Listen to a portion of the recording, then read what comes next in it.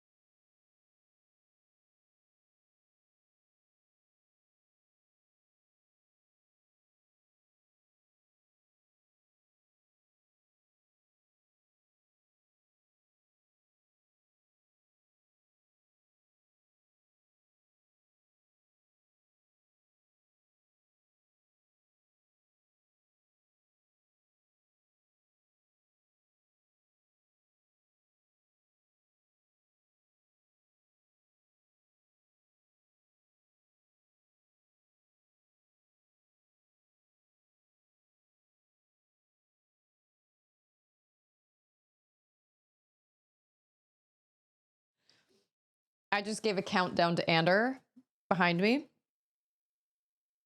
because I was thinking in my head, well, it's very quiet in this office right now. And in just a minute, it's not going to be very quiet at all. And I'm just going to talk incessantly for 2 hours. Howdy, y'all. We've got Wolf, we've got Hayes. Amy, it's so good to see you. Happy Friday. And Paladroon. Lego, Lego, Lego, Lego time. Oh, I don't think that's the song you were going for. Lego time. Oh, is it Lego time? Do Lego time. Was that what you were going for? I think that's what you were going for. You know what? You could make that work with pretty much anything. Hey, it's Trekkie! Shamelessly adapted from a YouTube channel. Yeah, so last time I did this, my computer for the second time totally shut down and said there was a USB device that was malfunctioning. And it was this camera right here. And so I've had it connected with a, like a USB extension cable. And I decided to switch sides to see if maybe it would like help.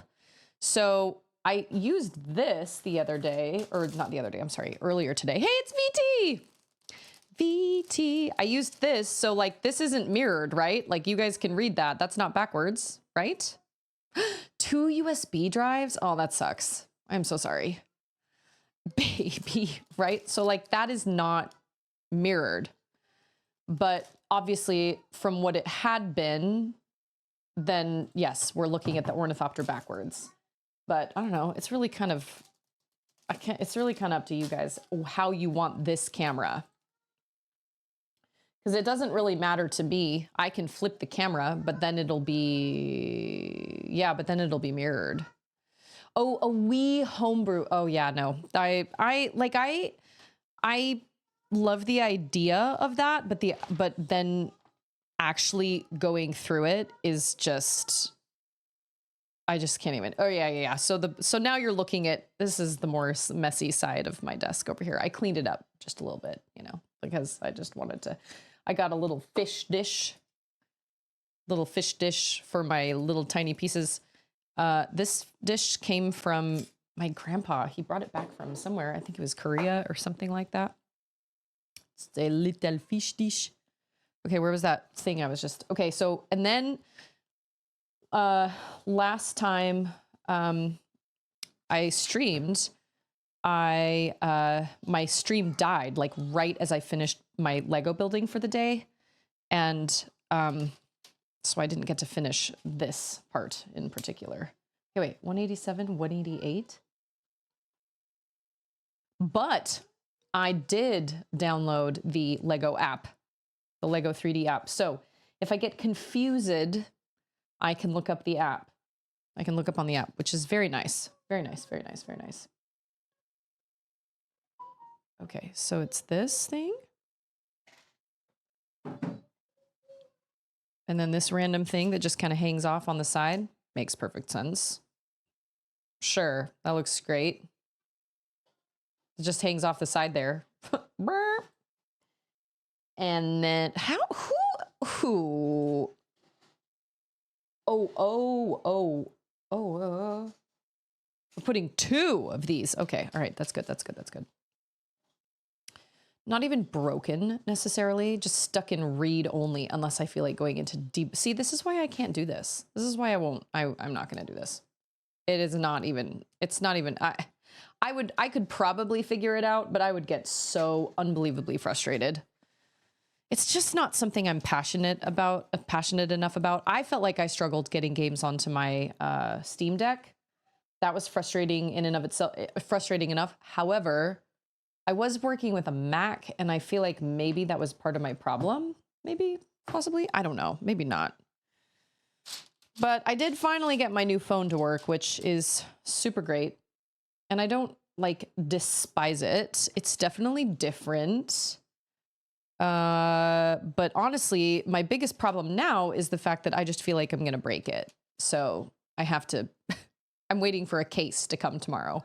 But it's actually really sleek, and it's a really smooth interface. And I'm kind of surprised. It's different, but I'm not annoyed by it or anything. Like, I feel like it's just taking a little bit of learning. I'm trying to keep an open mind. I'm trying not to be like super annoyed that things are different. I do feel like I'm going to have to find some sort of different app though for my messages, because I do not love the Google messages. It's just not my fave.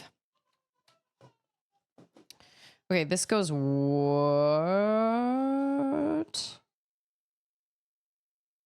This. Oh. Oh. Wait a minute, but it doesn't say.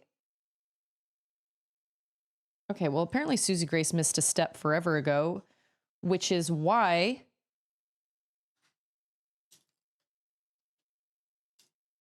oh, maybe not. Oh, I lost a piece. Chiron! I wasn't even paying attention to that you were live. Well, here I am.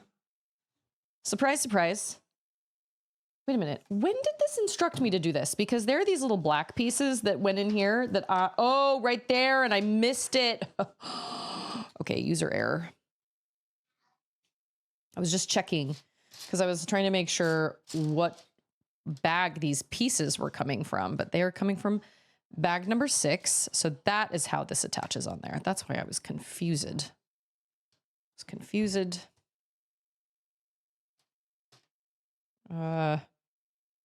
Okay. Just a heads up, just FY all your eyes. There will not be any control on Discord tomorrow because I actually ended up having a Wait, what? Okay. I actually ended up having a church meeting I have to go to.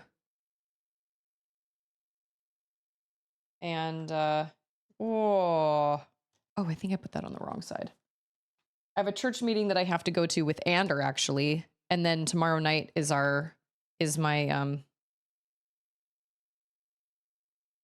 oh, it's Padawan.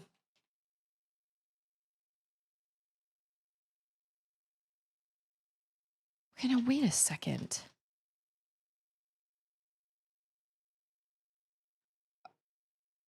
Oh, okay. So that is supposed to go over there. Discord will be out of control. So these are not lined up. Okay. All right. Fine. So that goes here and that goes there. That seems odd, but okay.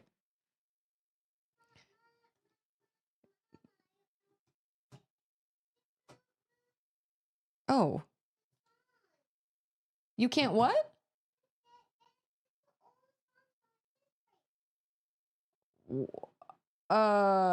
What songs do you want?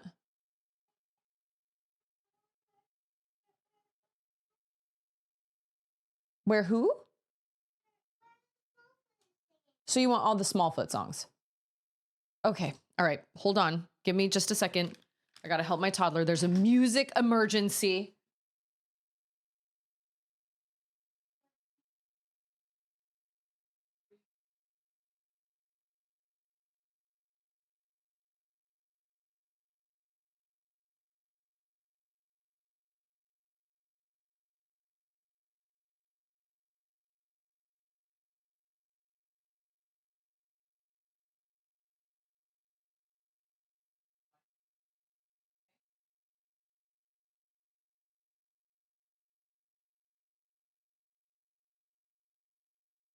Okay, that should work. She should be okay with the music. I usually have her play a little. Oh, it is tilted. See, Susie, if you would just look at instructions the way you're supposed to. Yeah, I might move to WhatsApp. I don't know. I don't know. I will say that I did like the Apple Messages app. It just was. But then again, it's also the only thing I used for years and years, pretty much ever since I've had a smartphone. The only time I've had a non-Apple smartphone was when my iPhone died or something happened to it. And I had to use this old like Google Nexus we had that with a super cracked screen because Ander had accidentally shattered the screen. And I used that for, I don't know, like a month. And then I got another iPhone somehow. I don't even remember how that all went down. But I did not really like the Nexus. But this one is so this is the new one I got. It still has the sticker on the back with like the MEI number and all that stuff. But I really actually like it. But I'm just afraid I'm going to break it. I'm just, everything, I feel like I have to carry it like this. So I'm getting I've got a case coming tomorrow along with a screen protector.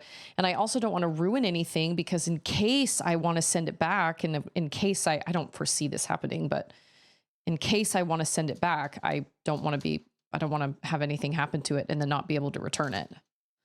But let me tell you, yesterday, trying to get this thing activated and trying to get it all worked out with TrackPhone was an absolute nightmare.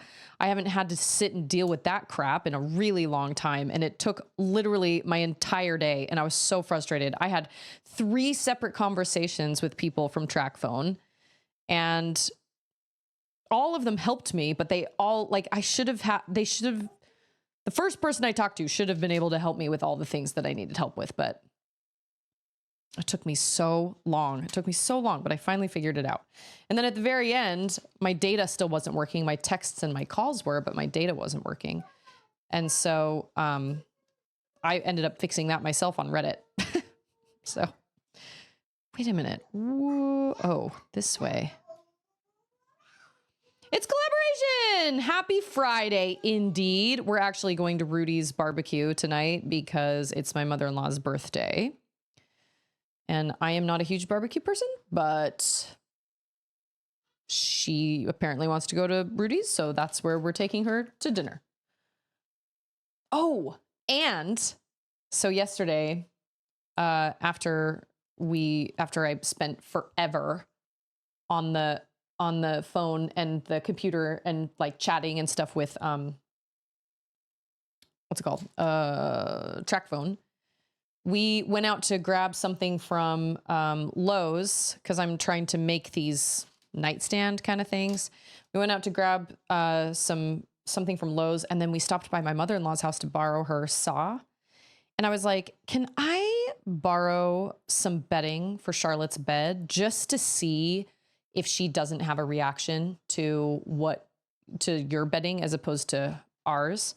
Because for the last week now, a week from today, Charlotte has been having these crazy like allergic reactions, and they've mostly been on her arms, but they started out on her cheeks and then moved down to her arms. And it was from like her sleeve down. Like it wasn't happening on her where her clothes were. It was only happening on her arms, a little bit on her thighs. And I was so confused. I tried doing everything. Like she had slept with my pillow that night. And so obviously we switched pillows, and I was thinking that was going to take care of it, and it didn't. And so for the last week, we've been trying to figure out what, because she slept on an air mattress, still had the reaction.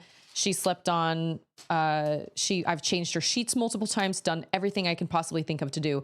And while the rash has tapered a little bit and gone down a little bit, it is not gone. And she wakes up it goes away throughout the day. And then when she wakes up the next morning, it's back. Until this morning. So it's something in her bed. And I cannot figure out for the life of me what it is. And she still had a teeny little bit of the rash this morning, but yesterday she woke up and her whole entire, like from here all the way down and up her arm was bright red, patchy rash on both sides. And then this morning she woke up and it was almost completely gone, other than like a teeny little patch right here on her elbow and a teeny little patch right here on this elbow. And I was like, I think it's in her bed. I don't know why. I don't know what it is that's in her bed, but I think it's something to do with either her mattress. It doesn't look like bug bites, and it wouldn't be detergent because her clothes have the detergent on it. So I don't know what it is. So what we'll do is we will have her sleep with my mother-in-law's bedding and stuff tonight. We'll see if the rash goes completely away. Then once it goes completely away, we'll have her sleep with her old bedding again. And if it comes back, then we'll know that it's something to do with like her blankets or those sheets or something like that. It doesn't make sense. And like, and I've said this before, I'm a skincare professional, but I'm not a skincare professional I'm not a dermatologist, but I know how the skin works. And I know a contact allergic reaction when I see one. And so I felt like such a bad mom all week because I was like, I can't stop this. I don't know what the problem is. Luckily, it hasn't been like insanely uncomfortable for her. But man, I have felt so helpless all week long. Hey, it's Menelik. Oh, you're so kind. And Chain. Happy pizza day. Yeah, I'm like a medium skincare pro. Like I can probably tell you how to get rid of I can tell you how to get rid of acne. I can tell you how to get rid of wrinkles. And I can tell, well, to a degree, because wrinkles are just going to happen.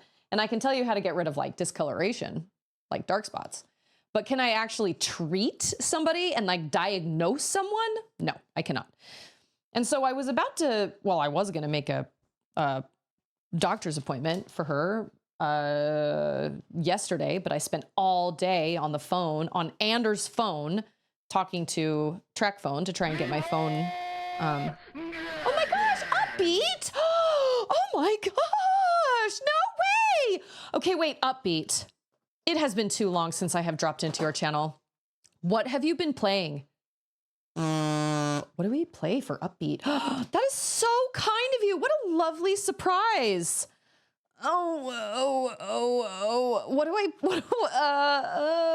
Okay. All right. This is one that everybody can appreciate. Ready?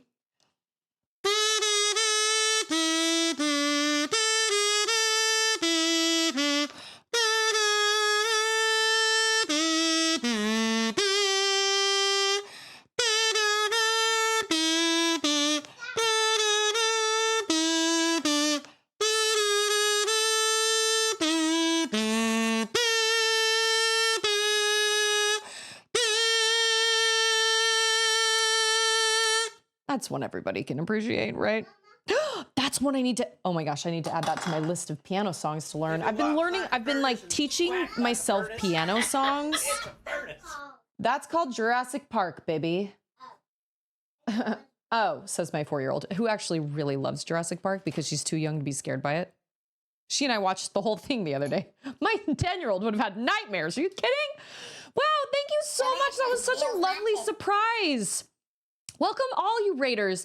What are you playing right now, Upbeat? Because last I checked in, I think you were playing Outer Wilds. Dude, I love dinosaurs too. And it's so funny because my 10-year-old, I said something to my 10-year-old about, I don't remember what, oh, I got her this game for her birthday. I got her a game called Paleo Pines, which is like it seems to me kind of like a Stardew Valley type sim type game where you have like dinosaurs and you run like a dinosaur ranch.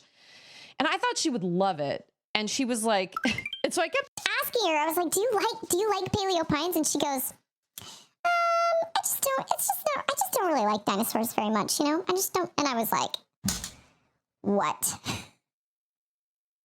I beg your pardon. I was like, ma'am, dinosaurs are one of the coolest things ever in like our history. Are you kidding? You do not have to be a boy or like a tomboy to love dinosaurs. Are you kidding? I love dinosaurs. And it's Choppa! Hooray for Pizza Day! Truth. Hooray for Pizza Day, indeed. We love Pizza Day around here. Although tonight we're doing what's it called? We're doing barbecue because it's my mother-in-law's birthday. And she chose barbecue place. I was like, how do you not love dinosaurs? Dinosaurs are the coolest. Listen, Jurassic Park is one of those movies that if I were watching it on TV and it were the very end scene when they're in like the welcome center and the raptors are there and they've fallen off the skeletons and there's literally only like 7 minutes of the movie left, I will watch it every time. No questions asked. I will watch it all the way to the end and I will listen to that beautiful piano and it'll be great. Yeah, I watch it every time. But yeah, my daughter was like, I don't really like dinosaurs. I beg your pardon. Oh my goodness. Okay, wait, hold on. A Minecraft SMP and Hogwarts. Oh my goodness. My daughter and I, my 10-year-old and I, we were playing Hogwarts last year. We started it together like I don't know. It was like the beginning of August or like the end of July or something. And I really regret it because we streamed it together, but but she started school and so we kind of had to move on. And that made me super sad. So we never got to finish it, but I enjoyed it. But we never got to finish it. So hopefully this summer we will start it like right when school gets out or somewhere around when school gets out. And then we'll be able to actually like play it together. You know what I'm saying? Okay, where did these parts go? Oh, I do see that. Okay. I do believe it's here. Well, I certainly appreciate the raid so much. That was a lovely surprise. We got Jurassic Park, and I mean, just all the good things. I have a whole list of kazoo songs. Some of them are game songs, some of them aren't. I mean, the list is just endless. You could play anything on, everything sounds better on a kazoo, if you ask me, you know? You know what I'm saying? Okay, look at the directions up here. 1, 2, 3. Don't look at the picture, Susie. Look up here. Okay. Okay. All right. We're building a dune ornithopter, and it is excellent. I love building Legos. It's like a drug. Oh my gosh. Chiron's kiddo is done with school next Tuesday, and so on Wednesday, we're going to Silver Dollar City. I've never heard of... yeah, remember to wash your hands before you eat anything. Dino droppings? Dino droppings? Okay, wait, how is... Oh, yep, that is it. Would you look at that? Okay. Oh, and then we're flipping it. Captain Dano just got me Lego for my birthday. It's an F1 car. Ooh, that's exciting. Dude, Legos, you're never too old for Legos, ever. Maybe a little too young. Because like my 4-year-old, no, my 4-year-old likes to build Legos. I think Legos are great, but I always hold off on getting myself Legos because I know that I will just want to do nothing but build Legos. So I never allow myself to have Legos. Oh, that is wrong. Okay, this goes all the way up to the edge. Okay. But then when I eventually do get a set, like I'm seriously like an addict. I'm like, what can I sell to get more sets? I need more sets. What am I gonna do when I run out of this set? Oh my gosh. Or when I finish this set. Have I heard of Dollywood? I feel like I have heard of Dollywood, yes. What? Oh yeah, there it is. Firefly in the sky, I could go twice as high. Oh, she's singing it in there. Take a look, it's in a book, a reading rainbow. Oh, see, that's on my kazoo song list as well. Because why not? Oh, guys, look at this. We're getting it. We're making it happen. I seriously love Legos so much. What are we doing after Charlotte gets out of school? I don't know. I'm not really sure. We don't really have any plans. And actually, I just talked to my dad yesterday, or no, 2 days ago, yesterday. And he had originally thought he might come out and visit, but they apparently need a new furnace. And I think we all know that is expensive. And so there's a chance that he might not be able to come visit us this summer because they have to put their money toward other things. And I get that. I totally understand. So I will be bummed if he can't come visit us. But Charlotte also has a fall break in October that not every school district has. And so it would be kind of cool if we could go out there during go visit my dad in Utah and my dad and sister in Utah and go during a non-busy season, right? It's like some random week in October. It is coming together. It is coming together. But it's been 30 minutes, so it's time to move on to Zelda. It's going to be great. Why'd you turn your light off, baby girl? Little stutter. So wait, how are you? So are you like breaking into your Wii? See, no, I am not. That is not for me. Like the Wii. Yeah, Atlas. Yes, indeed. Does this camera angle work for everybody? Like, is that all right? I had to switch it and change is weird. Not everybody likes change, but I didn't want to keep using that. Oh, okay. That makes sense. Oh my gosh, it's a Hollow Knight grub emote. Oh my gosh, I love the Hollow Knight grub. I keep telling myself I have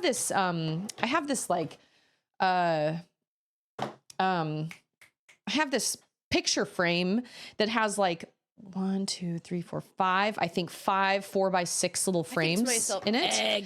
And 3 of them are currently filled with, maybe 4 are currently filled with cross stitches. And they're all game themed. I did Cass from Breath of the Wild.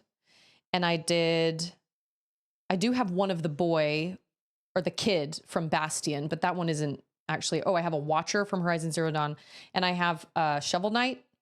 And then I did do a cross stitch of Fez, but that was really big, and I put that in its own frame as well as the boy in his own frame. 8-bit cross stitch. Yes. So maybe that should be my next one. That should be my next one is the grub. Also, I did a cross stitch when I did when I did Extra Life years and years ago. I offered a free cross stitch for like a donation milestone or something like that. I don't remember what it was. And I actually found a really great cornifer cross stitch. And I did that for basically Dad because I think he donated like $100 or something. So that was really fun. But I should probably do a grub. because I love the grubs so much. I'm slightly confused on the grubs and that whole situation, and I'm not going to ruin it for anybody that hasn't played it, but the grub situation does leave me asking some questions. But up until then, finding the grubs is great, and they're cute, and they're super, super. Silver Dollar City has more craftsy kind of stuff. Oh, that sounds like something Charlotte would really like. So here we are. What do I have? I have a net, and I have a bug, and I have a slingshot. But then I also have a shield. Oh, okay, I have a fairy. I feel somewhat prepared with that. Oh my gosh, I love this music so much. And then I have chutzpah. Let's do this. Oh, I have these. Leave me alone! I have these, the little magma mitts that they gave me, which is... Well, okay. There you go. Club leg eater here. Wait, leg eater? Leg eater. Leg eater. Oh, like one of those things that just jumped on my legs all the time, every day. Seriously, I feel like I run into one of those every single time I'm ever around. Hey, it's Stroutlog! Every time one pops out of the ground, I never ditch it fast enough or dodge it fast enough. Ever, ever, ever, ever. Listening to my toddler talk gibberish and making sure I'm not missing anything. She is currently obsessed with the Smallfoot soundtrack. I don't know if any of you have seen the movie Smallfoot. I highly recommend it. It's great. It was so much better than I thought it was going to be, and it has an excellent soundtrack. I was really kind of surprised. Whoa, our camera. It's Stroutlog, it's Stroutlog, it's Straut, it's log, it's Straut. It's Stroutlog, it's Stroutlog. It's Stroutlog, Stroutlog, Stroutlog. That was terrible, I'm so sorry. Ah, yes, there are two of them. Are you kidding?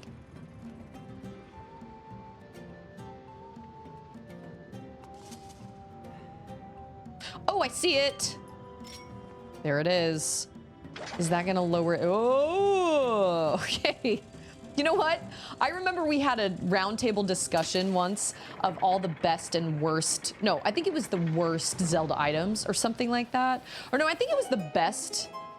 Leg Eater is Hollow Knight? Leg Eater. Oh, it's been a long time since I've played Hollow Knight. Oh, no. Okay. I'm not even gonna read it. And let me see if I can guess what she's saying. Master, I am detecting enemies up ahead that you have not encountered before. Please proceed with caution. Oh, kind of. They appear to be creatures of very significant physical ability. How is she? Oh, okay. She's basically saying. Okay. I'm gonna have to put this on hold for just a second because my toddler just went to the bathroom and needs my help. So give me just a minute. Luckily, it's happening earlier rather than later. Let me get this figured out and out of the way.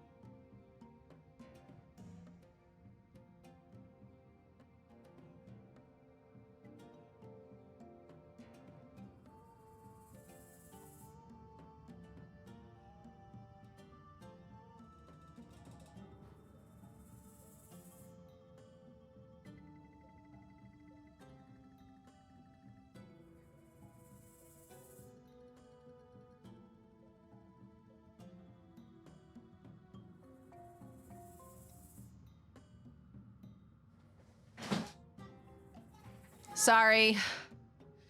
Had to help my toddler out. It is what it is. This is just part of being a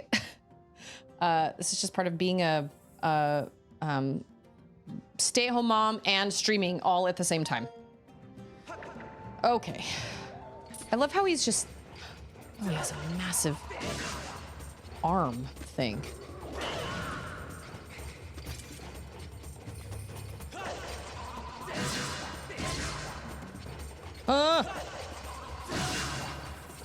How many? Oh, okay. So he taunts you. Wow, yeah, he is. Whoa, there you go. See you later. Bye, Felicia. See you later. Right, he had a lot more life than pretty much anything I have fought up until now. Oh, I love this place's music so much. Okay, what is my...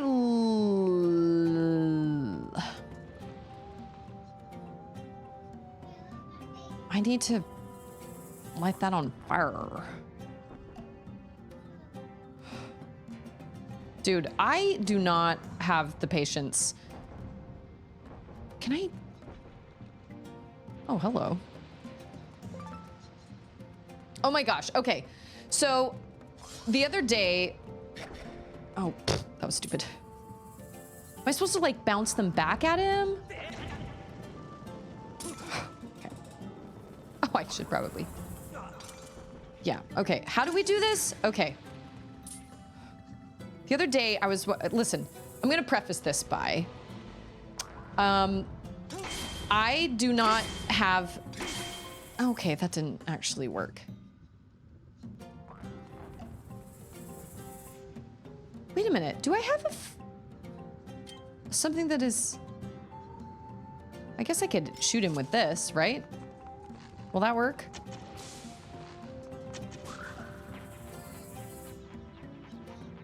You do? Oh my gosh. Okay, hold on. Gotta go help my toddler again.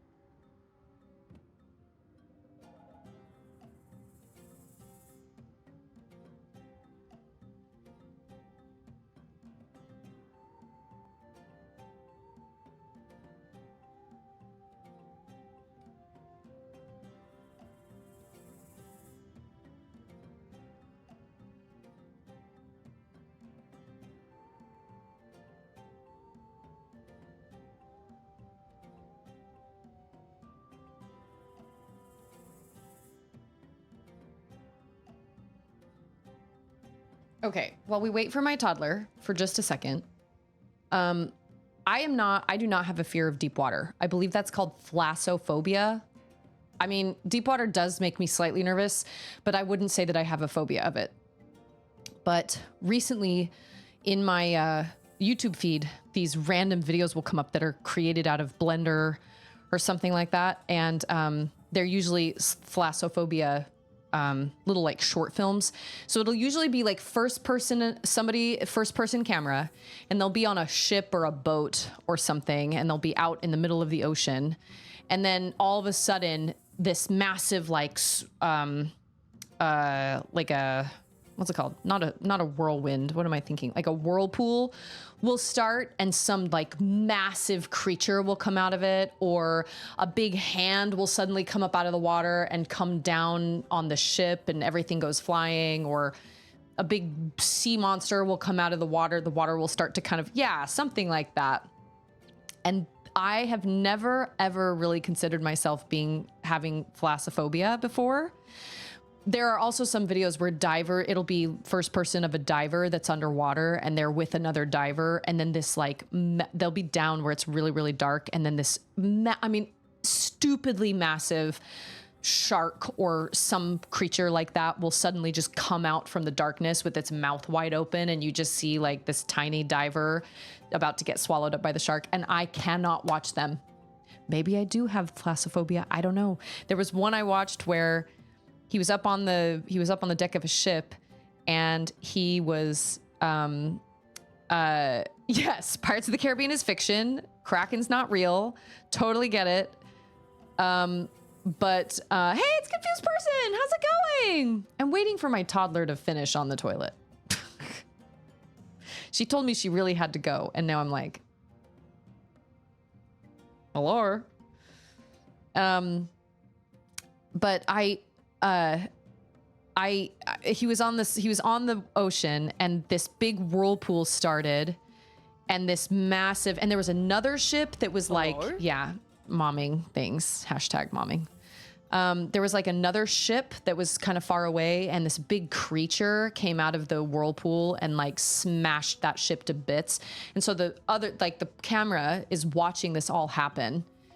And then the creature goes back down into the whirlpool, but then there's such a pull around the whirlpool that the person's boat that they're on is starting to get pulled into the whirlpool. And the whirlpool is massive. It's so big. And I knew what was going to happen. I haven't even finished it. I can't do it.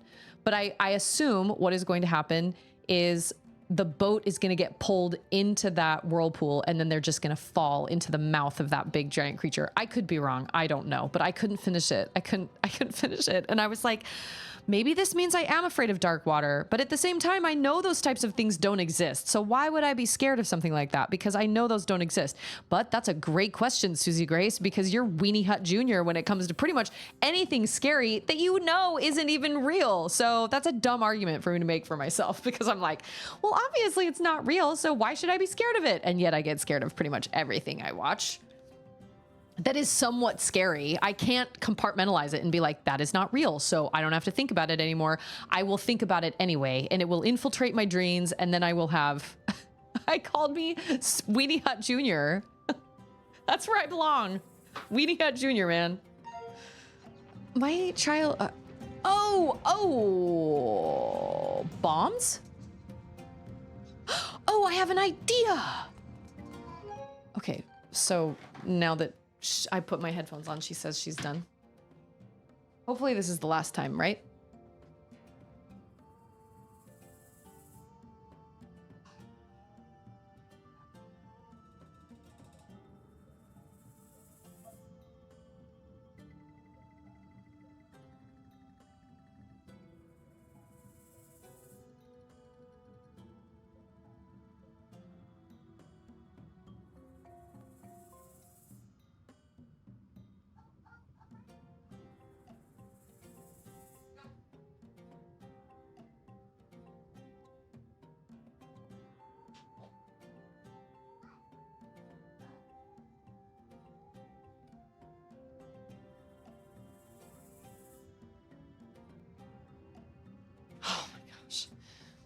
Daymare.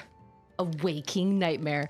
So Weenie Hut Jr. is from a SpongeBob episode where SpongeBob wants to go into this really bad place where all these like tattooed super burly fish go, and they won't let him in, and they're like, I think you belong over there. And it's this place called Weenie Hut, and it's like this little dumb kids place where you can get like ice cream sundaes and stuff. But then there's an even worse one called Weenie Hut Jr. for like even littler kids.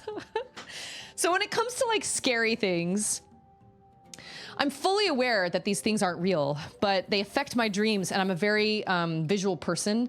And so when I see something that's really disturbing, mostly gore, I have a hard time pushing it out of my mind. And even if I watch it earlier in the day, like when I watched District 9, I loved District 9, but it was easily the goriest movie I'd ever seen. At that point, up until that point in my life.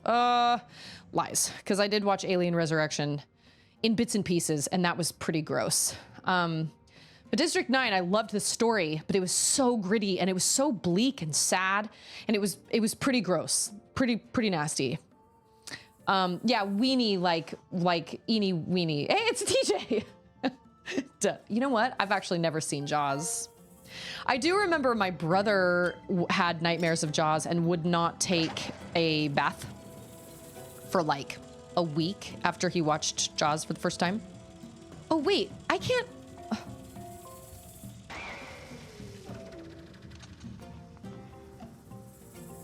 I feel like That's right. I just did that. I 100% knew what I was doing. Yes, I knew exactly. Yeah, weenie, like, oh, I don't know. I tell Charlotte that I'm a weenie all the time. And my stepmom actually kind of got mad at Charlotte for calling me a weenie. And she was like, yeah, my mom's kind of a weenie. And my stepmom was like, that's not very nice to say about your mom. And Charlotte was like, no, she calls herself a weenie like all the time. I was like, Charlotte, you're not in trouble. Like, don't worry about it. She doesn't understand. She thinks you're being rude. You're not. I call myself a weenie all the time. So but when we watched District 9, I remember thinking in my head, okay, this is fine because District 9 is gross and there's some really graphic scenes of him with his arm changing and all that stuff. And it's really, really graphic. And like his fingernails coming off and it's really, really graphic. And there's lots of blood and it is definitely not my jam. I loved the movie though. I thought the movie was great, but it is very, very R-rated, extremely R-rated. And I remember watching it earlier on in the day. So I was like, it'll be fine. By the time nighttime rolls around, I'll be fine. I won't have any issues. Wrong. I stayed up all night long with those images in my head, even though I know that's not real. I know that's not real. So it's stupid of me to sit here and say, well, obviously I'm not afraid of dark water or like, you know, deep water because something like that could never happen. Yeah, but it could happen in your brain. Like what? My brother, super burly guy, not really afraid of much, terrified of deep water. I did not know that. I legit did not know that. Are we just gonna run over him? Oh my gosh. Can we? Oh. Can I use an item? I think I can. Oh! And then we're gonna run over him. Can you imagine rolling on a ball in lava? What a horrifying prospect. Speaking of things not being real, glad this isn't. Good day in the morning. Okay, wait. Jaws is not R-rated. Okay, that's true. That's true. I do remember that, and we all know that ratings are weird because remember remember The Witches with Angelica Houston? Absolute nightmare fuel. That was only rated G.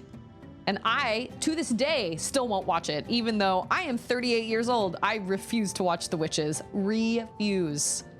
So, oh, Temple of Doom gave me absolute nightmares. Temple of Doom gave me nightmares. To be totally honest, Princess Bride gave me nightmares. The sound Wesley makes when they take all the years out of his life or whatever makes me, like, used to just get under my skin. The Dark Crystal terrified me. Labyrinth freaked me out. I would watch Labyrinth over and over and over again, but like I had lots of traumatizing experiences with videos / short animations and stuff when I was a kid. And so I was scared a lot as a kid. And because of that, I've kept Charlotte pretty jaded when it comes to stuff like that, because I remember always being scared. Always when I was little, I was always scared. Yeah, it's just, I mean, it's good storytelling. It's a great movie. And you know what? Charlotte would love it now. And she's even watched The Dark Crystal, so she would be fine. I don't remember what all of you look like, but lead. Your bomb bag? Okay. I was behind that rock looking for treasure when those creeps showed up. I panicked and hit the road, but it looks like I dropped it. It's a bag for carrying around bomb flowers. I can't imagine not having one. Oh, hey. I guess I don't have to imagine it because I lost mine. Yeah. Anyway, it's back there. Do me a favor. Get me my bomb bag back, will you? I'm sorry. Can you not go do that? You can do... Okay, wait. No, I can do this. It'll be fine. Dude. Okay, E.T. Yep, I remember a lot of people saying that they had an issue with E.T. I don't feel like E.T. scared me. I could be wrong, though. I don't remember being scared of E.T., but I had friends that were very scared of E.T.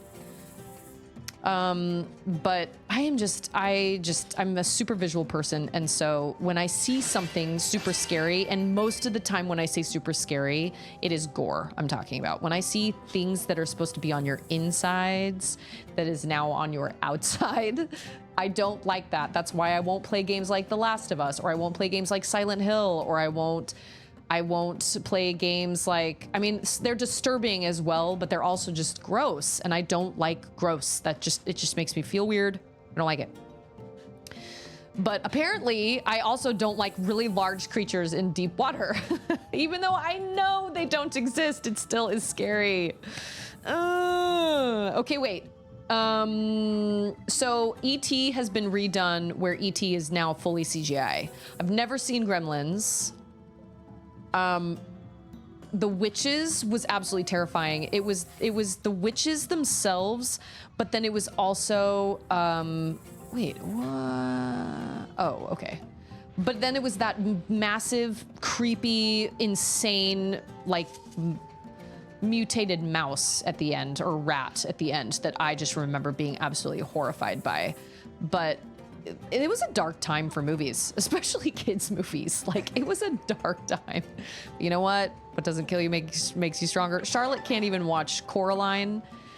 We tried watching it finally because she was so obsessed with trying to watch it, and turns out she couldn't even make it through the beginning.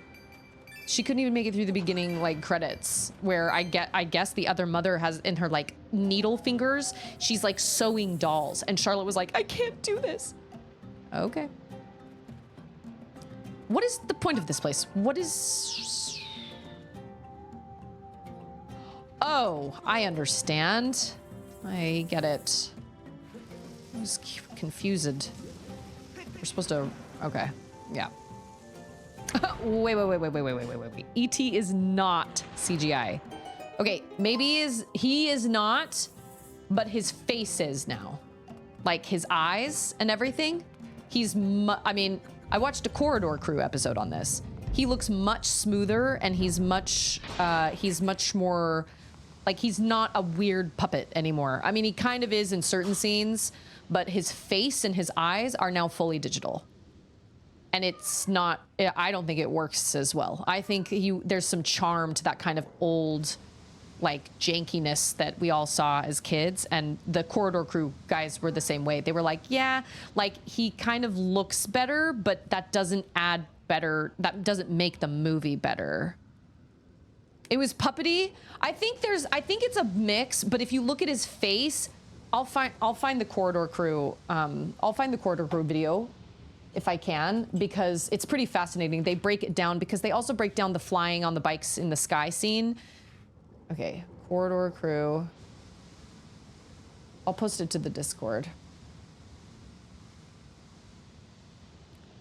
I just know he does not look the same way he used to, and I feel like they compare the two, either split screen or like one after another. Oh, that was the 20th anniversary special edition, and Spielberg changed it back after people complained. Well, then there you go. Just goes to show you that that better and, like, more streamlined CGI and everything isn't always necessarily better, because, oh, we're fighting two of them at this. Okay, of course we are. We're just gonna keep doing this, my dude. Oh, I just hit the table. This isn't so bad. Oh, okay, we're gonna... This music reminds me of something. What is it? I can't... Yeah, this music reminds me of something. What does it remind me of? It's intense, man. Which one? Okay, that's right. All right. It's fine now.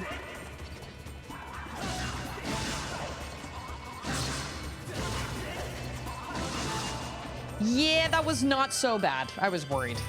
Fighting two of them because they made me. Oh, look at that. I got a spiked lizard tail or something. And a chest that just, bink, just appeared. I mean, I guess that's what the chests do, but whatever the case, I don't feel like I was ever scared of E.T. Oh, Willow. terrified me as a kid. It terrified me to the point where my parents had to pull me out of the room, and I was shaking uncontrollably in my sister's room while my dad and my brother finished it. It was absolutely terrifying to me, and to this day, I still haven't been able to bring myself to actually watch it. Spielberg changes it back. Meanwhile, George Lucas constantly tweaking Star Wars. Well, okay, now I have a bomb. Okay, cool. Yeah, CGI can be done well, and then it can also, apparently I watched like a breakdown of the movie 28 Days Later. I was listening to somebody talk about it, and I guess 28 Days Later was done totally digitally, I think, which is why it kind of has this grainy look to it. And so I guess the very final scene, I think, is not digitized. I think it's actually real footage, and that's why it looks so much better than the rest of the movie. I have not watched the entire movie. I actually don't know if 28 Days Later would freak me out as much as like The Walking Dead. I don't know. I could be wrong, but The Walking Dead has like insides and like people that have been pulled apart or like whatever, and that is awful. I don't know about 28 Days Later. I've seen the entire, well, I ruined it for myself. And I watched the entire ending scene when he comes into the compound to save his friends.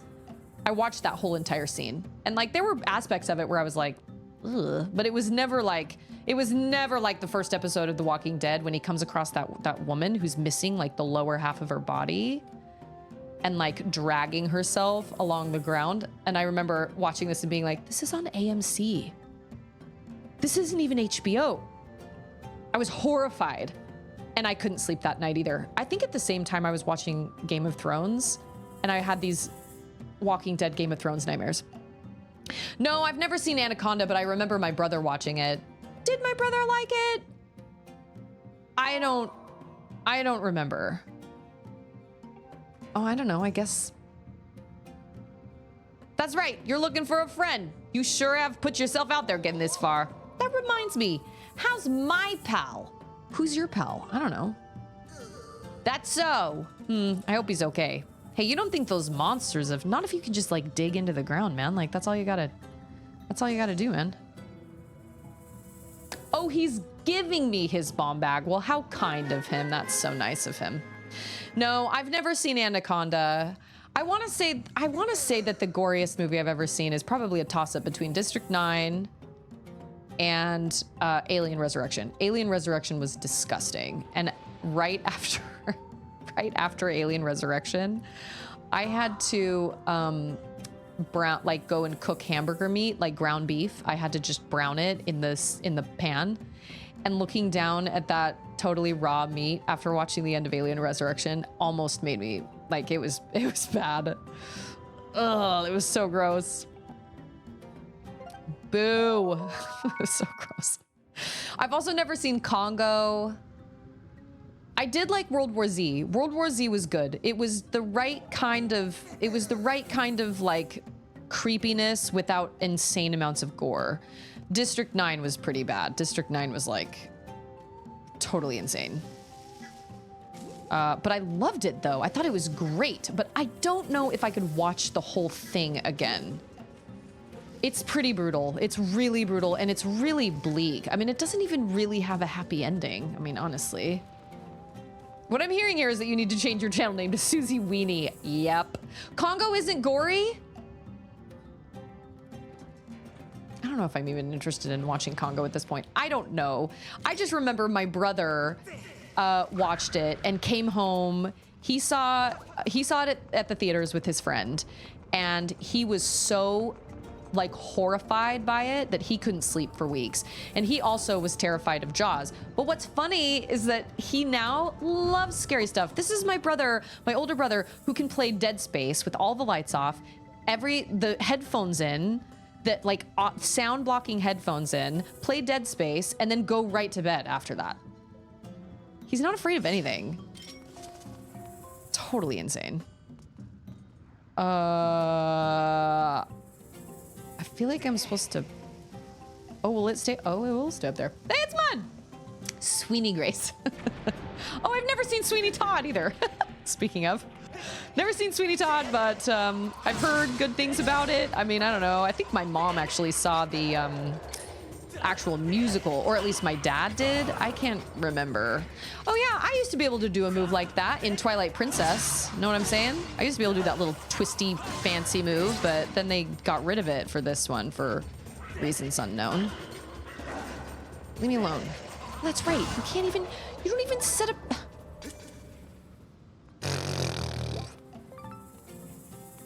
It's not automatic. Rude. I tell you, rude.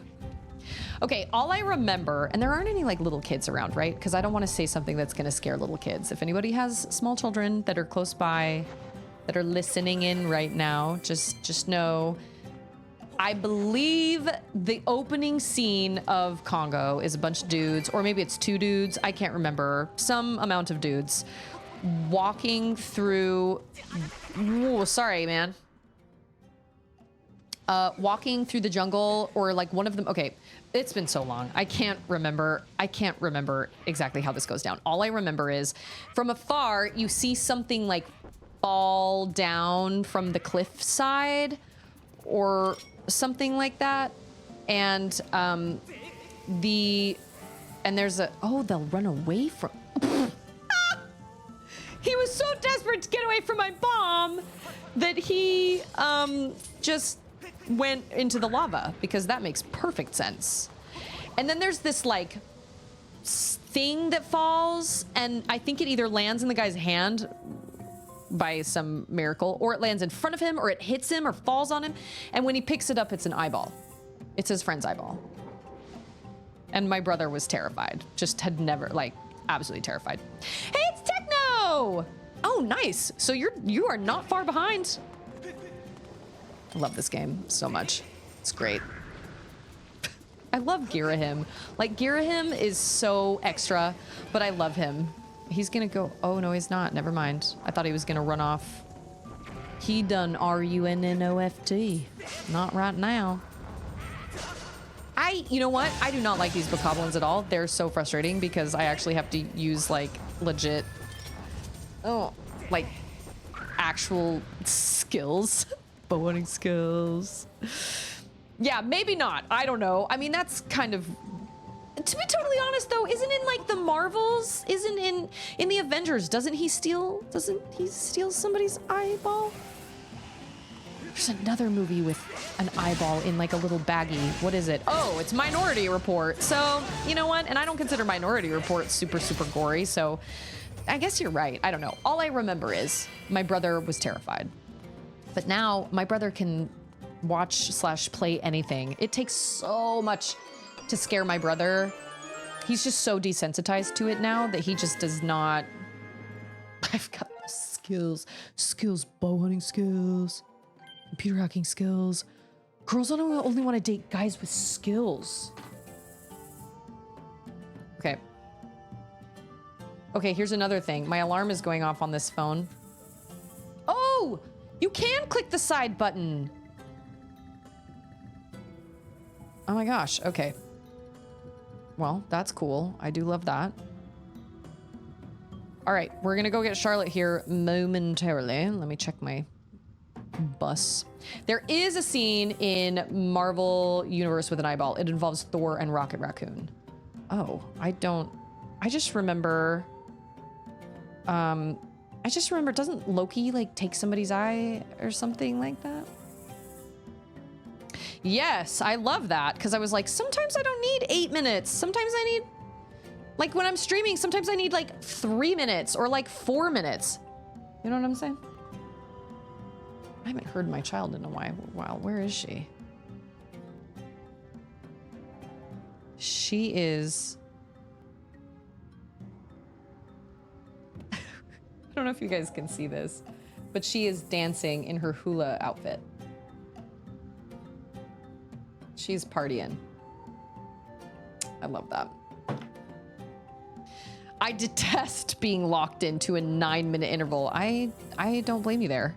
That was nice. I found some nice little surprises. I just switched to an Android phone from an iPhone.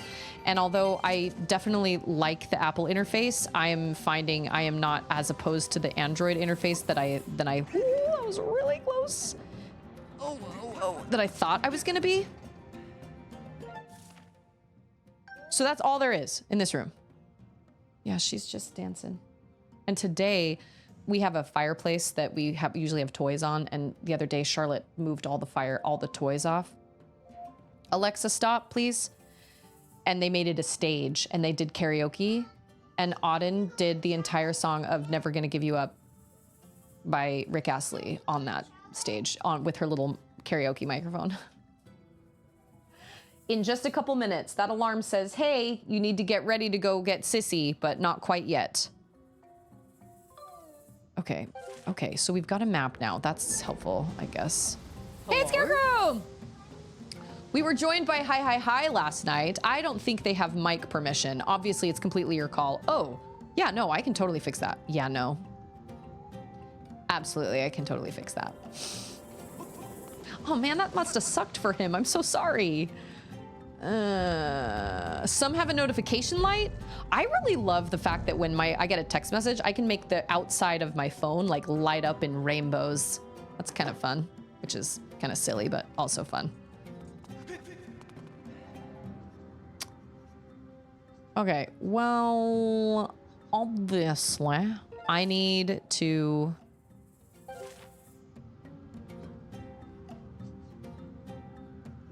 get over there. I don't see a wheel. Oh, yeah. Oh, wait, I think I can get over there, actually. Yes, I can. I laugh at the face of danger. Dude, that's insane. I cannot imagine rolling on that big old ball. No, there's no way. In Demolition Man, Wesley Snipes uses the warden's eyeball to escape the prison. Yeah, isn't that what... I just got a feather. Okay, super awesome. Good on that. Okay, buses. Okay, it's not quite here yet. Oh, I believe I am supposed to push that in, right? That's not what I meant to do. Well. Oh, that's, oh, okay.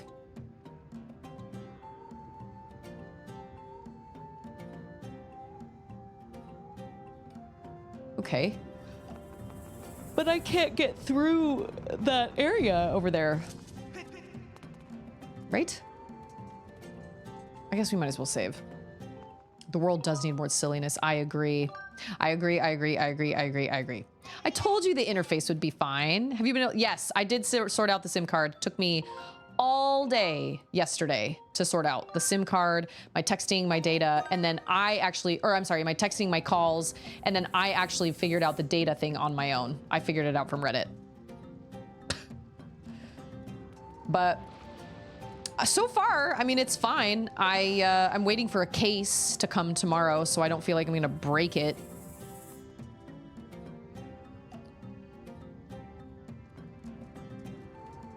Oh, they're gonna go get Sissy. Sweet.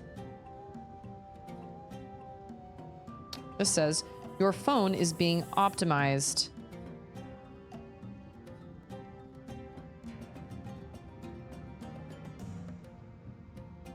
I don't want that. Okay. The data fix. So I'm with TrackPhone, which is one of those like companies that it's so weird. It's like, yeah, we use Verizon towers, but we're not Verizon. And we're cheaper than Verizon. So it's like, well, then why would I pay for Verizon? Although I guess I understand if people want newer phones, then you gotta pay for, if you go through a bigger phone company, then you get a better deal on a phone. I had to buy like a refurbished phone. But I had to go into my data settings and I had to click the little, it was an APN. I had to click the little thing saying TrackPhone, and then I had to change the name to Verizon Internet. And then my data was fixed. I was like, okay. Would have been great if like track phone customer service could have told me that, but I guess not. That's all right. It's fine.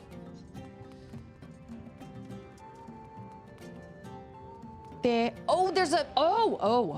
All right. I understand. I guess we're in that way. Yeah, it was so weird. And I just found that on Reddit and I was like, all right, I'm screenshotting this. Doesn't really, and it said sometimes when you reset your phone or, you know, when something happens and your phone's settings get wonky, then you have to go in and like reset it. And I thought, okay. And I'm not trying to complain. It just would have been nice if, hey, it's Doom. I have the Metro PCS $30 a month plan. I laugh at commercials promising cell phone plan savings. Yeah, I pay, oh, wait a minute. I can't even get down there.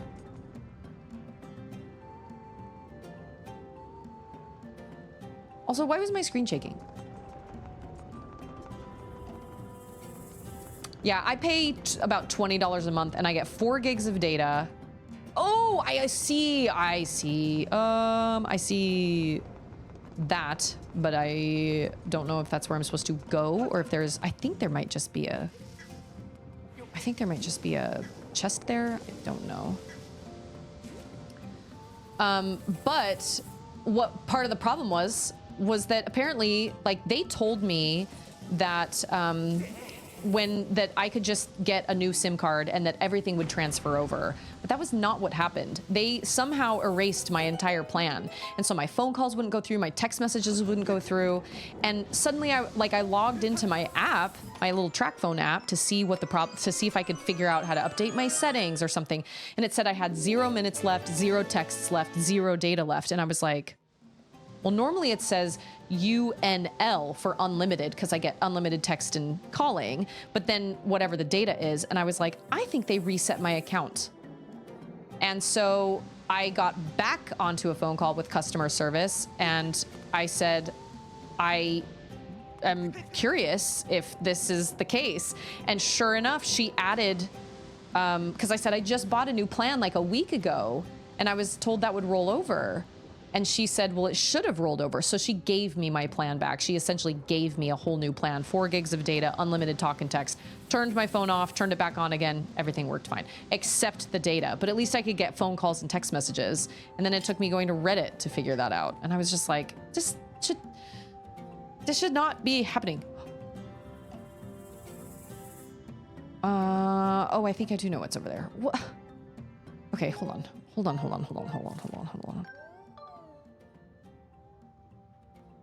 This is where I need to...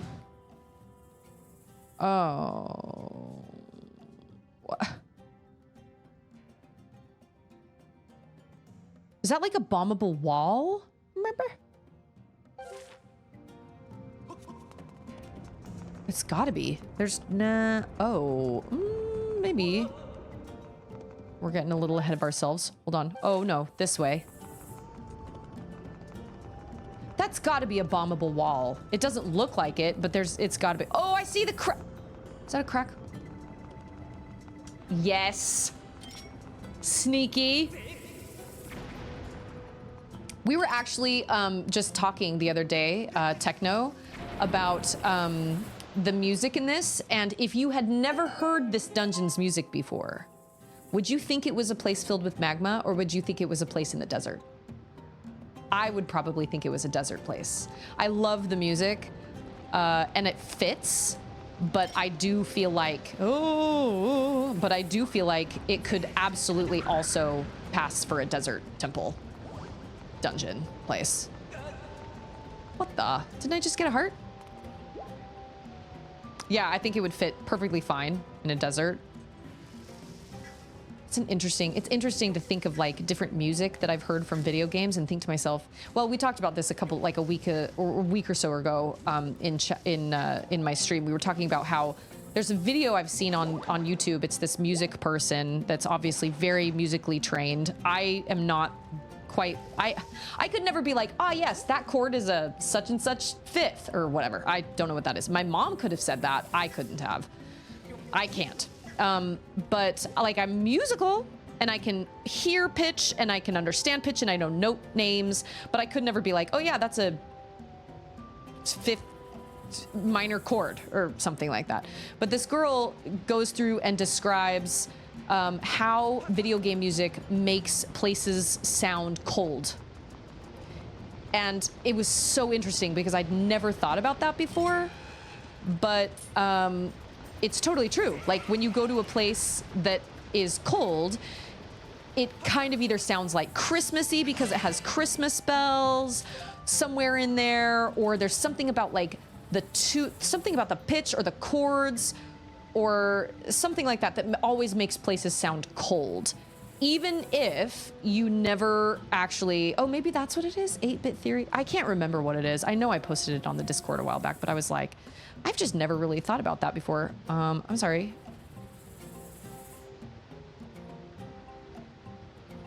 How is those things? How do I, how? Consult my map. What? There's a, oh, I thought I just jumped right off that. Is that? No. Wait, what? Oh, right there. Oh my gosh, look at that. I see it. It's right there. Just around the river bend. Oh, that sucks. I didn't mean to drop it. I meant to throw it. My bad. Sorry, Lonk. Oh, but it worked. That's awesome. I'm ready. Oh, I'm ready, baby. Yeah, that's right.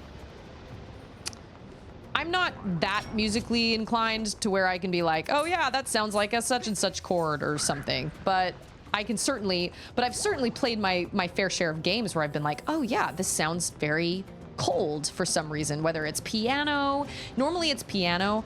Somebody brought up Phendrana Drifts in Metroid Prime 1, which just sounds very cold, even though there isn't really any, I don't even think there are any even like bells. It just sounds like a frigid place, and that takes a lot. I mean, that's really crazy. So when you think about the different games you've played and you think about the places that have interesting background music, it's kind of interesting to be like, okay, so if I'd never played this game before, would I be able to tell where this place is? What would I think this place was? Seems like a fun exercise. Sometimes you turn the music off in games. You know what? I can kind of see that because sometimes it's really repetitive and sometimes it's just too much. Like Charlotte the other night, she wanted to play music while we were eating dinner, and I was like, Charlotte, I love you, but am I doing this right?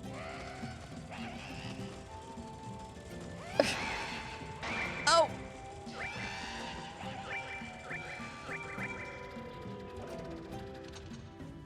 Is that how I was supposed to? Hey, did you have a good day? Yes. They took away the iPads today, so paradise has Almost just begun. paradise. Let me see your arm. Snap. What? Dang near gone. Dude, it is gone. Okay, listen. Here's what we're gonna do. What? You're gonna sleep with the same stuff tonight. We're gonna sleep with it for a couple nights, and then we're gonna go back to your old bedding. And if it comes back, we know it's something on your blankets. Sound like a plan? We're going to Rudy's barbecue tonight for dinner. Of course, this is a thing in Texas. Texas is huge on barbecue. Jordache! Oh my gosh, it's so good to And see I got to you. tell you after you finish streaming this. Okay, we'll talk later. Yeah. Oh my gosh. At this point, all the games you've played have also seeped in and informed your instincts. That's true. But I'll be honest, I don't know if I could actually, I don't know if I would have guessed that this was some sort of, okay, what's the definition of whoops. What's the definition of insanity? Doing the same thing, but expecting different results. Well, we're gonna do this again because I think I didn't stay close enough to the wall because I also ran into the wall. Oh. Yeah, this is better. So if you hit it too many times, or if it goes too far away from you, or if it's gone for too long, it will eventually stop and come back to you. correct. Jordachi, how are you?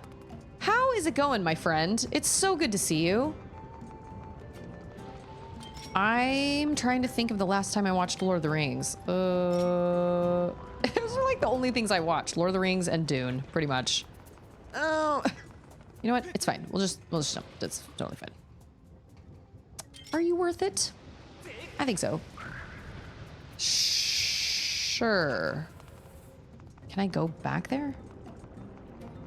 Oh, I think Oh, I'm about to get annihilated. The beetle is really the standout item in this game. It really defines it. It's funny that you say that because Mactastic, I don't know. Oh, that's where I came in. Okay.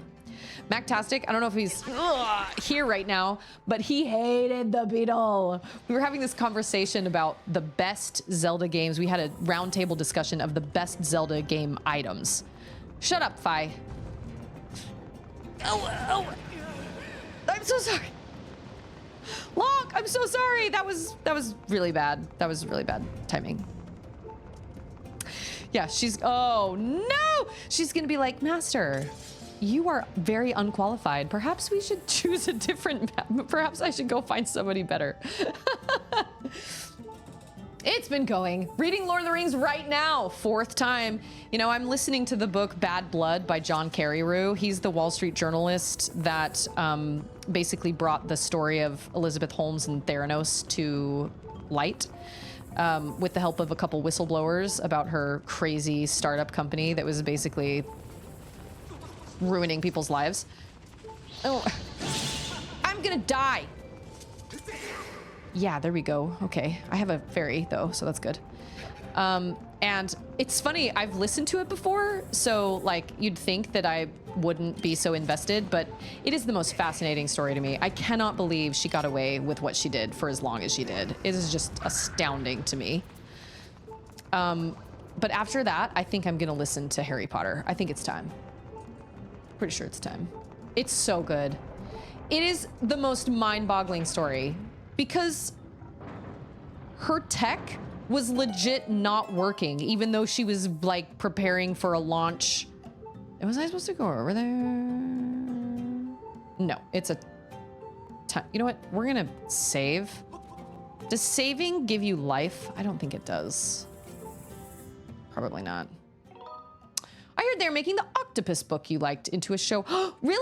Oh my gosh, I loved that book. That book was really sweet. It was one of those books that kind of wrapped everything up in a nice little package. But you know what? Sometimes you just need that. I thought it was lovely. I really liked it. I didn't know how things were going to end up working out, but I had a feeling things were going to work out, and I loved it. I thought it was great. Yeah. They put a scam. So, okay, wait. Scarecrow can hear changes in pitch and mimic it with my voice, but I couldn't tell you by ear what chord it is or how much it's changing. Yeah, you can hear pitch, but like I'm the same way. If somebody plays a chord, I'm not like, oh yes, well that's a minor B flat chord or whatever. I don't know. I don't have a freaking clue. Who knows? It's a mystery.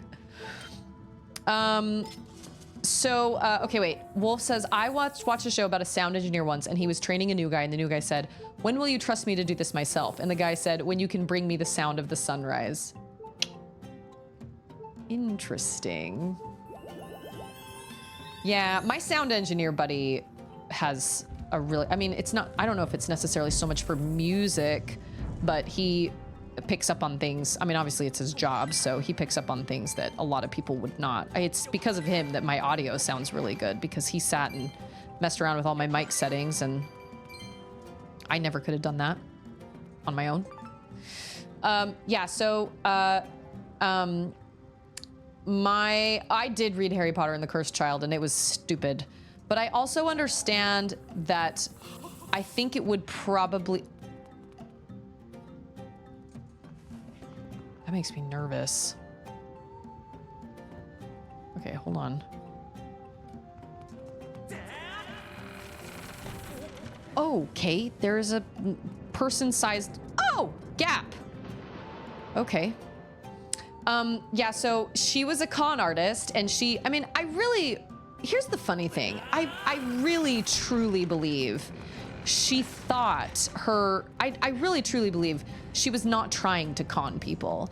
I don't think her goal was to just get as much money out of investors and just con people as much as possible. I really don't. I think she believed in her mission, but she believed in it so much that it put blinders on her, and she was willing to sacrifice whatever she needed to in order to make it happen.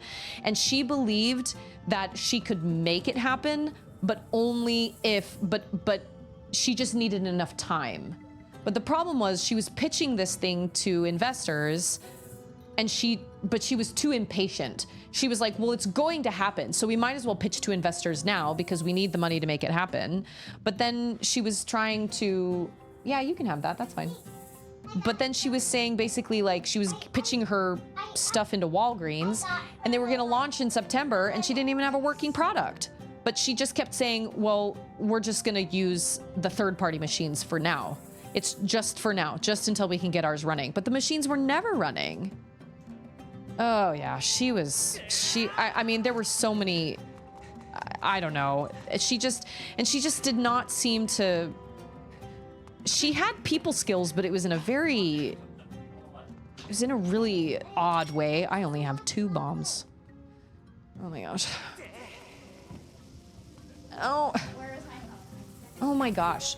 What? I don't know. You had it. You normally have. She had your phone earlier. She was listening to something on it. You need to go watch something. You had it. She had it. It was. I think it's just on the kitchen table. Well, look at that. Yeah, look at that lollipop. It's a mess.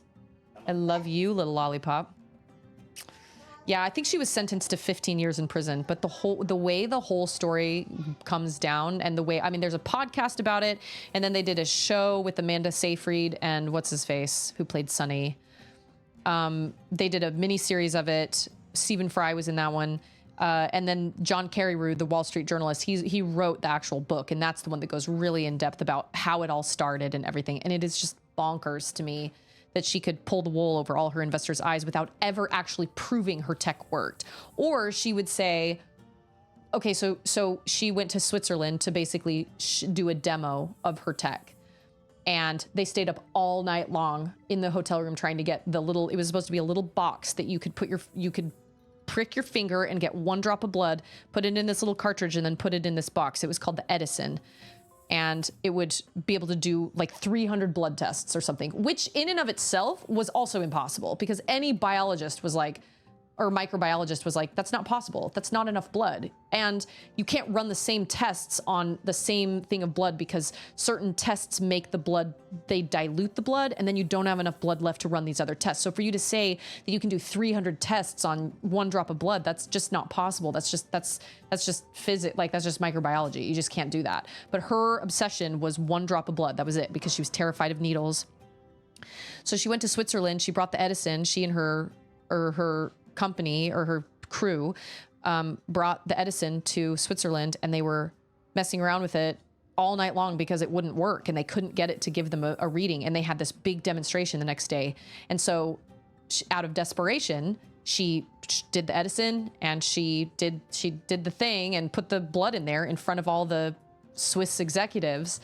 And then she had her lab in Palo Alto, California, basically send over a false positive, like a false reading, so she could prove that the Edison worked, so she would get the investors' money. But that was a bold-faced lie.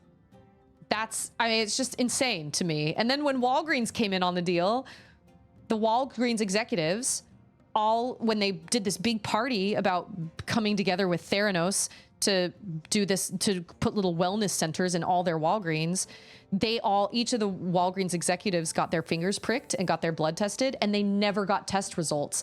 And when the guy that was with the Walgreens executives, that was the lab dude, he was like, I need to see the lab. And the Elizabeth Holmes wouldn't let him see the lab ever, wouldn't let him inside the lab. Even if he went to the bathroom, he was tailed by somebody, constantly under surveillance, never allowed in the lab. And he was like, okay, well, can I at least get the results from our executive's blood? And they never sent them over.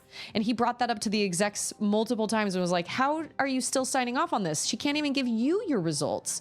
And they were like, oh, well, it's a new work in progress and blah, blah. I mean, it's just insane. And Anders said, well, she got away with it for as long as she did because it's the same thing as if you walk into a movie theater carrying a ladder. If you look like you know where you're going, this is conning 101. If you look like you know what you're doing and if you look like you have a purpose, people will normally not question you. And I was like, I don't know, but when you're talking about investing millions of dollars into a company, I mean, wouldn't you think that like you'd want to, but I guess I'm sitting here going, well, how did they not know? But she pulled the wool over all their eyes because she was using false readings, and she was getting her information like sent to the little boxes. She was getting that information sent to the boxes from her labs. So she wasn't, I mean, it wasn't, none of it worked. It was all just a dream, and it was a good dream, but it was still just all a dream. It wouldn't even work. And if people ever argued with her or said, look, I'm sorry, but this isn't gonna work, she just fired him. She would be like, sorry. And then she got way too big for her britches, and she believed that like everybody was out to get her.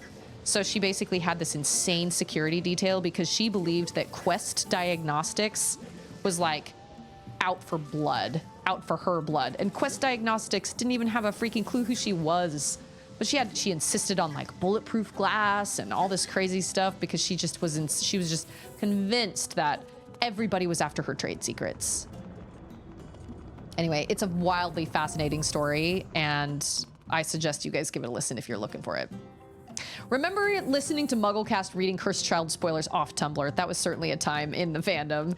Yeah, it was, I can see how it may have done well as a production, like as a script, if you had a visual to go with it, but reading a script is not very fun.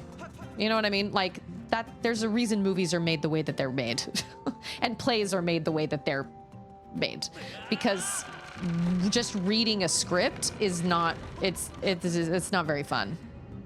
Have I seen the show Leverage? I have not. I don't even feel like I've heard of the show Leverage, to be honest. Is it like a Netflix series, or was it like regular TV? The non-existent trade secrets about the thing that didn't work? Yeah. She was, when the Wall Street journalist was talking to all her lawyers, she had like the best lawyer in the country because obviously people started raising red flags. And then eventually there was one of the members of her board, George Schultz, I think his name is George Schultz. He's a very prominent person. He joined her board, and then, I think I'm supposed to, you're supposed to throw it, maybe? Question mark? Or are you just supposed to roll it?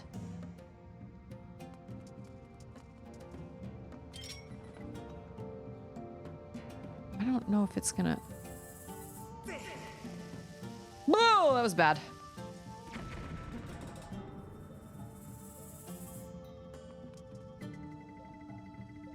I have questions.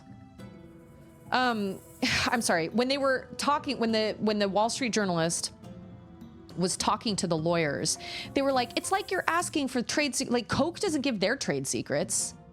And he was like, okay, we're not asking for the secret recipe of Coke here. And Coke is something that you can choose to eat or not. We're talking about, or to drink or not. We're talking about people's lives. We're talking about patients, because the Theranos products did get put into some Walgreens and they gave wildly wrong answers. And so people were going to the ER, people were getting second and third opinions from doctors because they were told by these blood testing kits or this blood testing device that they had like enough cortisol in their body where they should have been dead, or they were about to have a heart attack or something like that. And so doctors were starting to complain and be like, these are not reliable results. And anytime anybody brought this up to Elizabeth Holmes, she was always like, well, you're not a team player, you're fired. It was insane. But yeah, they talked about trade secrets all the time. He was like, okay, do the machine, like what tests are run, what blood tests are run on the Edison? And they were like, those are trade secrets. And he was like, really? You can't tell me what tests are run? I mean, she was so full of her own, she had drunk her own Kool-Aid to the point where, and at that point, I think I really truly don't believe ever that she was trying to con people. I think she got in over her head she overpromised, and then she was like, well, we have to launch in September, come hell or high water, you know, with Walgreens or whatever. And so she was willing to do whatever it took. So she hijacked some third-party machines, and then they ran the blood tests on that. But her whole shtick was like 1 drop of blood. It was just a finger prick. And then you have 1 drop of blood. This is going to change the world forever. But then people would show up at Walgreens for 1 drop of blood to come out of their finger. And the phlebotomist would be like, okay, give me your arm. And they'd be like, what? What happened to a finger stick? And they're like, oh, well, for some of the tests, we need to do a venous straw.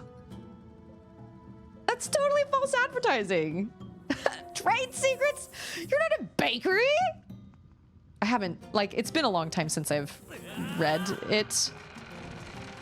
Okay, that doesn't work. Oh my gosh. How are you supposed to blow that? Oh, there's a hole there. Oh, that would have been nice. I went all the way out, like 2 rooms. Boo. Okay. Oh. Okay. Instructions are unclear. I mean, like, I know what I need to do, but I... Oh, secret staircase. Oh, and then you roll it down. Okay. I gotcha. No, that one. Okay, and we just gotta aim it so it explodes at the right time. Right? Yes. Oh, Kate. We need to go a little bit further up here. It is a fascinating story. Highly recommend it. The show is on Hulu. It's rated MA, so it definitely has some mature themes. It's got some language. But I thought overall it was done pretty well. But so she had this guy on her board, George Schultz was on his board, or on her board of directors, and he just thought the world of her. And she had this really interesting, deep voice that people were kind of semi-confused about because she didn't always have it. But then when she became famous, she started talking in this really deep voice. And she idolized Steve Jobs, so she started wearing like black turtlenecks all the time, and she just totally idolized him and wanted everything to be like Apple. Biscuits. And so she was this female, that was the Silicon Valley, she was the unicorn. She was the Silicon Valley unicorn, this little startup. She was kind of like Mark Zuckerberg, had this startup that she dreamt up. She was a Stanford dropout. Oh, that's not what I meant to do, but okay. So she only had like 2 semesters of Stanford in before she decided to drop out and come up with this company. And she was putting herself on all the patents anyway. So she had this guy on her board of directors, and she hired his grandson, Tyler Schultz, to work for Theranos. And he was one of the whistleblowers because he just couldn't. He was like, I can't. He eventually quit, but he was just like, I cannot stand by while this is happening. They were cherry picking information. He couldn't say anything. Everybody was kept in a very nobody was allowed to communicate with one another in the company. So communications were high, because of Elizabeth's paranoia of people stealing her trade secrets. Nobody could talk to anybody in the office. And if you were caught basically saying anything that was against the company, you were disloyal to the company and they'd fire you. But they did a test they did like a clinical trial with the blood testing device that was only semi-working at the time on cancer patients. And it wasn't actually to treat the cancer patients, but the guy that went there for the test was like, I can't do this. I cannot test on patients. These people are dying. Like, I can't do that. That's unethical. And Elizabeth was like, you go back in there or you're fired. It's just wild, absolutely crazy. Such a fascinating story of just kind of human nature, and that we really want to see the best in people, and we really want people to succeed. But this kid was like, I think, who was it that somebody brought up the fact that there was this issue, with Theranos, because once she was skyrocketed into stardom, somebody read a journal somewhere, some person that had like a blog, and he worked with blood or microbiology or something. And he was like, okay, wait, this doesn't make any sense. How could you possibly have this much expertise when you're a Stanford dropout? this doesn't make sense. And so that then word started to kind of get around, and that's when this Wall Street journalist came in, and then he was looking for other employees to talk to, and that's when he found Tyler. And Tyler was a big whistleblower which caused a lot of problems with his family, because his grandpa was like, I think you're making the biggest mistake of your life. And he was like, you know, he was on these terrible terms with his grandpa because of it. Oh yeah, that saw that coming. What did I have, like 1 heart left? Heck yes I do. I was just not paying attention. Oh, look at that. Surprise. And I actually don't know if his grandpa ever apologized after everything all came out. I don't know if his grandpa ever apologized and if they were ever able to kind of get on good terms again. I have no idea. It's really sad. There's a continuation series called Leverage Redemption on Prime. Okay, wait. Leverage is an older show about a team of bad guys that work together to con other bad guys. Ooh, I do like the sound of that. When the con men become the conned. Did I get this key? I believe I did. So I think Tyler Schultz was the one who... Are you kidding? Sunny Balwani? So Sunny was like 20 years older than her. They met when she was 18. And they were in a romantic relationship. And then she brought him into the company. And he was a tyrant. Everybody hated him. He was awful. He was so mean. They basically ran their business off of fear. They were basically just, everybody was terrified to do anything. So a lot of people quit, you know, a lot of people resigned, whatever. But Tyler Schultz, I believe he made a complaint to the Center of Medicare and Medicaid or something like that. And they sent in an inspector. They had managed for like 10 years to get away with not ever letting anybody into the lab that was going to inspect it. They were somehow able to kind of have like a fake lab set up where only a few machines where there weren't any problems or whatever. And they somehow managed to get away with it up until this one point. And then he was just, in the show, she's like, Sonny, you sell him on us and you sell him on the vision and you do whatever it takes and you dance circles around him and you make whatever happen. And then it shows the guy sitting at the table and he goes, no, I just need to see the lab. That's all I'm here for. I'm here for like 4 days. I just need to see the lab. That's all. And so they had no choice. They had to show him the lab. And his report was like 2 pages long. And at the bottom it said, all lab functions must cease immediately.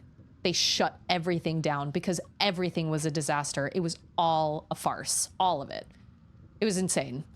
And so when everything finally came out, you'd think that George Schultz could, like, is his name George? I can't remember. But you'd think that he could, like, forgive his grandson, but he was just sold on Elizabeth and he just couldn't imagine in a million years that she would not be truthful or whatever. But like I said, I don't know if she really started. I really don't think she was trying to con people. I think she really, truly wanted to believe. She wanted her vision to be real, but she just couldn't. Okay, this doesn't make any sense. Oh, I see it. No, I don't. I don't see it. This makes no sense.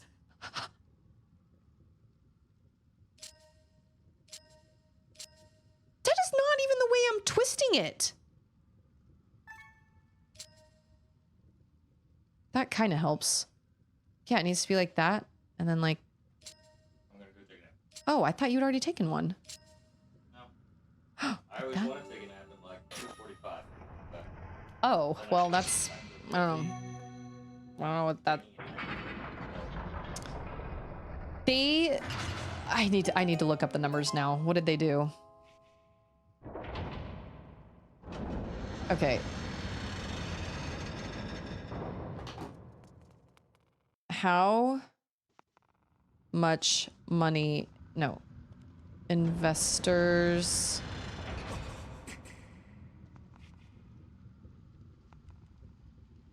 How much money did Theranos lose?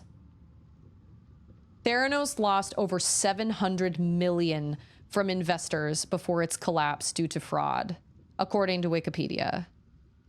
The company's valuation peaked at $9 billion in 2013 and 2014, but was later revised to $800 million. Elizabeth Holmes and Sunny Balwani, the company's founders, were convicted of fraud and ordered to pay $452 million in restitution to victims.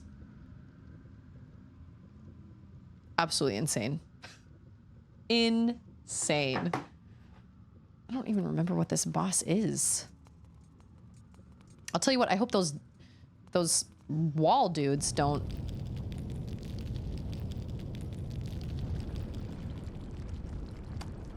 That's a real dragon skeleton.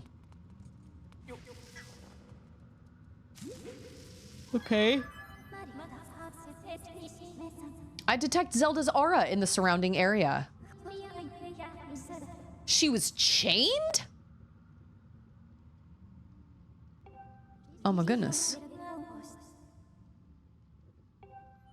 I suggest we continue with all possible speed as I sit here and hold you up and talk to you like we have all the time in the world. I love that so much when video games do that. I mean, it's annoying, but it's always funny when they're like, oh my gosh, what do you guys think is happening? Oh, I think this is happening. Oh, geez, we better hurry. Yeah, we better hurry. We can't mess around. We got to get there as fast as we can. It's like, well, then go. What is your problem? It happens in Final Fantasy VII Remake. It drives me nuts. They're sitting there walking through the sewers and they're like, oh my gosh, I can't believe what could possibly be happening. I hope we can get there in time. And they're like sauntering down the hallways. Tifa, girl, you guys should be running.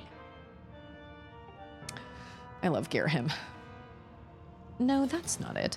This is so very embarrassing, but I seem to be at a loss for your name. Not that it matters, really. To tell you the truth, I'm feeling a bit frustrated. Oh, that's right.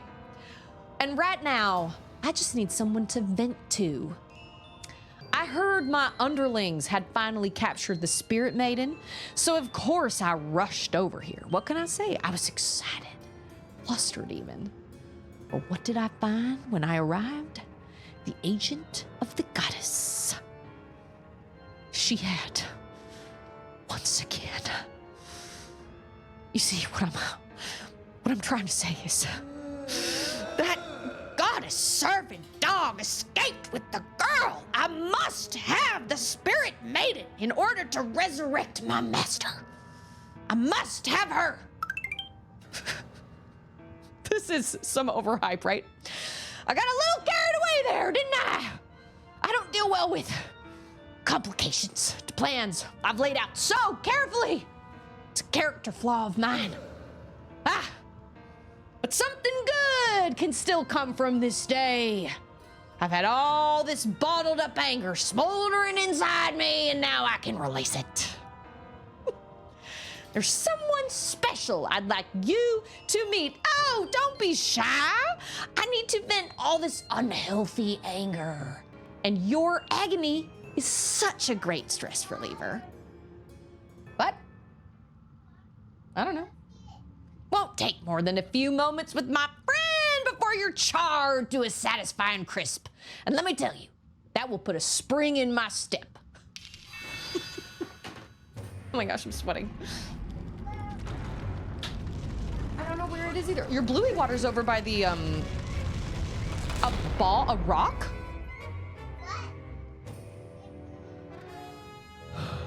It's over by the chair, the big, okay. I remember this dude.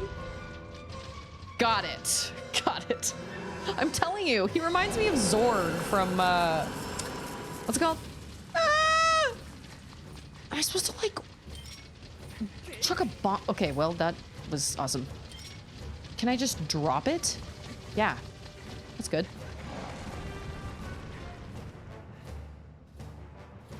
I do like this music. Oh, what is even happening down there? I'm so far away that I don't even know what's going on. Will that explode when he touches it anyway? Because, oh, that does not mean run. I think, oh, stop. Again! Oh my gosh. From Fifth Element. Thank you. Yes. Ah! Oh my gosh. Okay. Is he supposed to like suck a bomb in?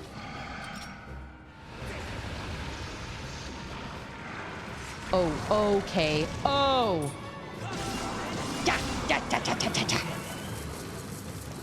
Okay. I'm picking up what you're putting down. Oh, I'm putting down things. Why did that not work? Oh, okay, that worked.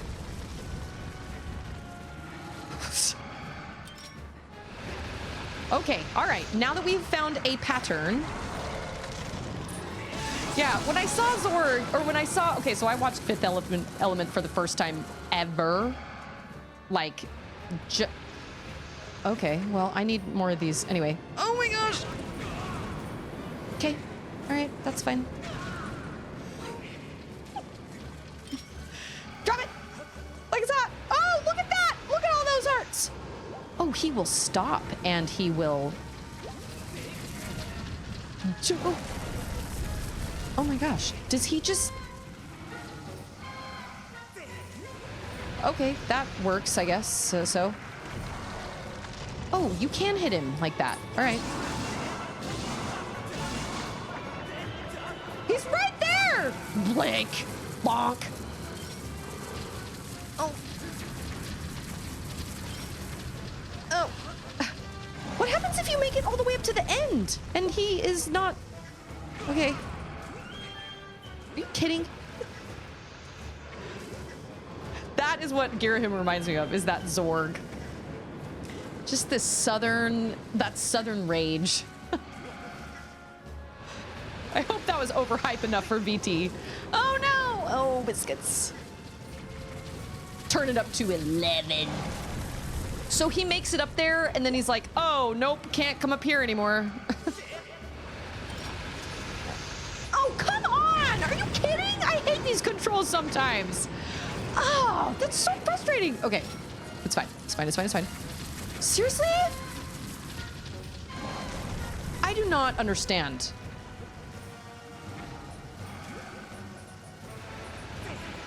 You know what? I probably have to, like, recalibrate. There we go. That's why. Okay. All right. Okay. There we go. Yep. When in doubt, just recalibrate. Because, oh, weird. Getting nakey pancakey, my dude. Oh, we move. Okay. That's creepy. I love this music. I feel like I'm supposed to go under that. Ah! Oh, that was really close. Wow. Wow, dang. Okay. Oh. Oh, that worked in my favor. So this is like Dodongo with a twist. I'm sorry, how are we not hitting him?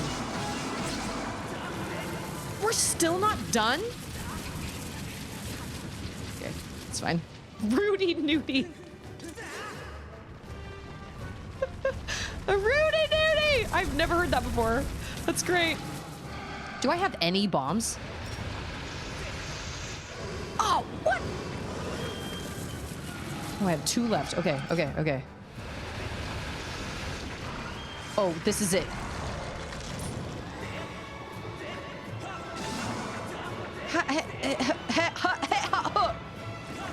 Are you kidding me? He is so creepy when he's up on all his legs like that. That is really creepy. Okay, okay, I have 1 bomb left. That's how I feel. Hoo-ha! Hoo-ha! Maybe we do like a Skyward strike or something? Are you kidding? All right, it's fine. It's like Indiana Jones if he had fought the ball and the ball was molten. Reminds me of, what's his face? Fred in Big Hero 6, but he's like, even my sides are on fire! Pleasure doing business with you, sir. Give me that. Give me that. Where's that hunt? Where's that heart action? Give me that heart. Yeah.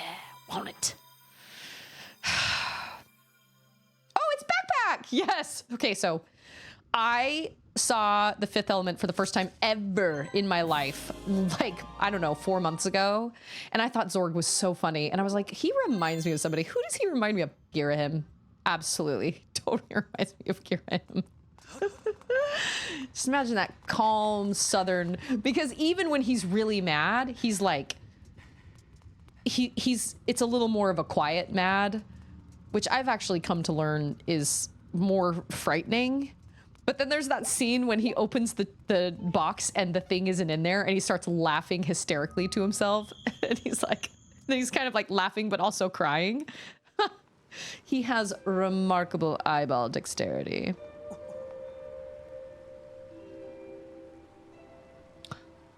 Oh my gosh!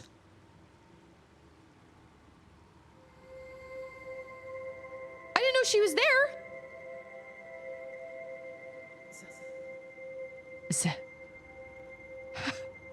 Ah, yes, that's what I tell my children.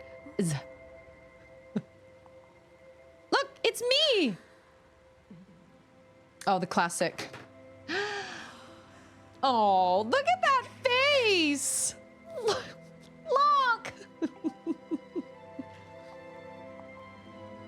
Oh. You cannot go to him, Your Grace. Remember what we discussed. Restrain yourself. Restrain yourself! Focus on the task at hand. Are you kidding? Of course you're like, why? Oh. Resolute. Zelda is resolute. All right, fine. I have to go. I'm sorry, Lonk. Gary Oldman is wonderful. I love Gary Oldman so much. Take me with you. Why does she have to go? Like, why? That makes no sense. I wish somebody would explain it to me. Like you. The lazy eye. It took you far too long to get here. Looking at you, I fear the goddess is mistaken in her choice of agents. If this failure is any indication, you have no hope of defending her grace from those who seek to assail her. I beg your pardon. Do my words anger you, boy? Do my words sting? Let them. If I had not come when I did, your Zelda would already have fallen into the hands of the enemy. The truth of it is you were late. You were late, and you failed to protect her. How? Told her, Simmaden. Just Simmaden! I sent Zelda ahead to learn more of the fate in which she is destined to play a part. Listen well, chosen one. If you wish to be of help to her grace, you must summon a shred of courage and face the trials laid out before you. You make me so angry. I'm so angry right now. Only when you've conquered the trials will you be of use to Zelda, no sooner. Am I understood? I don't know. What trials? What are you talking about? That is not enough. That is stupid. Why? Why do these things have to be this way? It's always these cryptic things that are like, well, you'll just have to figure it out, but nobody can help you. I hate that so much. I really wish they would have made, that was a little bit of a pout. I'm so mad. I wonder if Impa would like to tell us how many other people were fighting lava balls. That's what I'm saying. I was late. I mean, I did die a couple times. Or, I'm sorry, fall unconscious. Impa. I'm gonna go out on a limb and say it doesn't matter how fast I get there, I will always... you know what? A Lonk is never late. Nor is he early. He arrives precisely when he means to.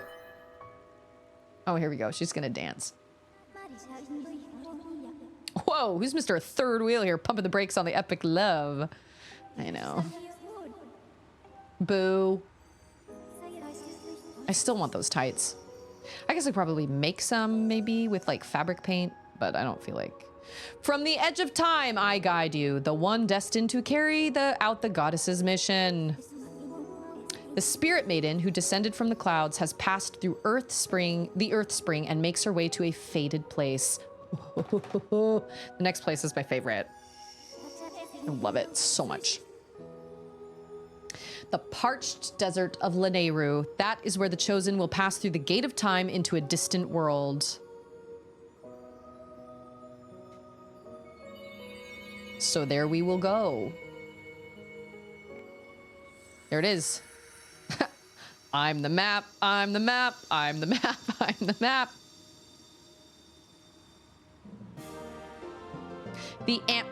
Okay, I guess that is technically amber. His face.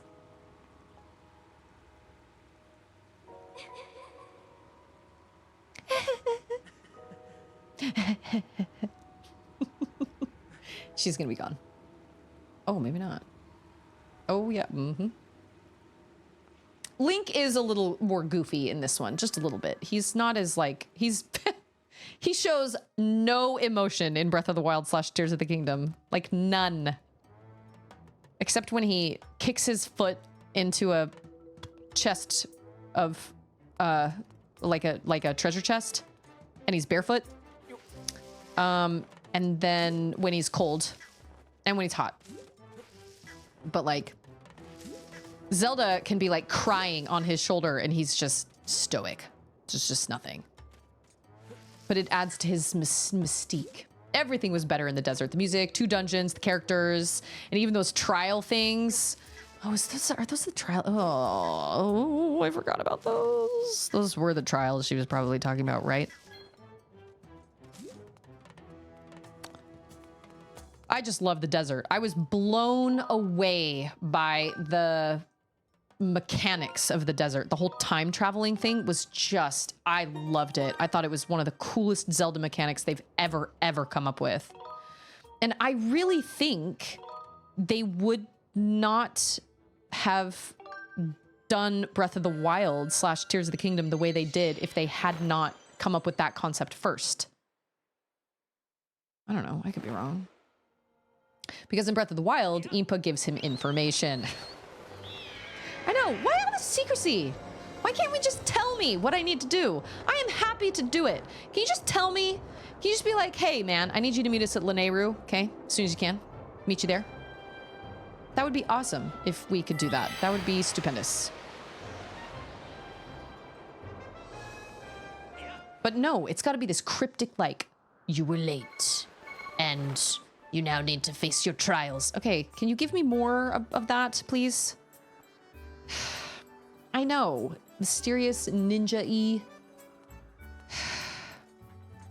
Okay. Okay. How much money do I have? Not a lot. Oh my gosh, it's Cody! Good news, everyone. Thank you so much for the resub. Okay, we'll do, she's like, Zelda said to do this, so you should probably do it. Do what Zelda said. Why could we not, like, shake hands or, like, hug? You know what I mean? Like, is she not? Oh, because she cleansed herself in the... I don't know. I don't know. Okay, hold on. I've got music playing in my head. What are we gonna do?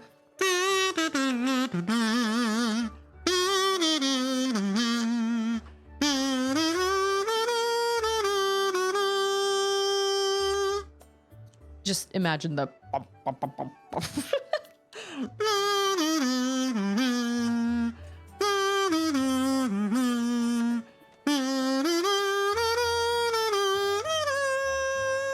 Right? Goes high, right? Goes up like that? Thank you so much for that resub. Okay, but real talk, the whole reason I'm playing this game is because of Cody. So I appreciate that a lot. I still have not found that missing little girl. Didn't somebody say... Okay, wait. I'll tell you what. We'll go and we'll unlock this slab of the map. We've already talked to you. Yeah, well, I tried, and I, like, talked to a bunch of people, and they were like, hey, she was hanging out at the graveyard at night, but then I went to the graveyard at night and nothing happened. Yes! Yes, she is still missing and everybody is still in the same place like her mom. Just standing there going, hey! Oh, is that what I was supposed to do? No, just supposed to. Right, I'll just pull that out of my back pocket. Sir, you, sir, are a certified bro.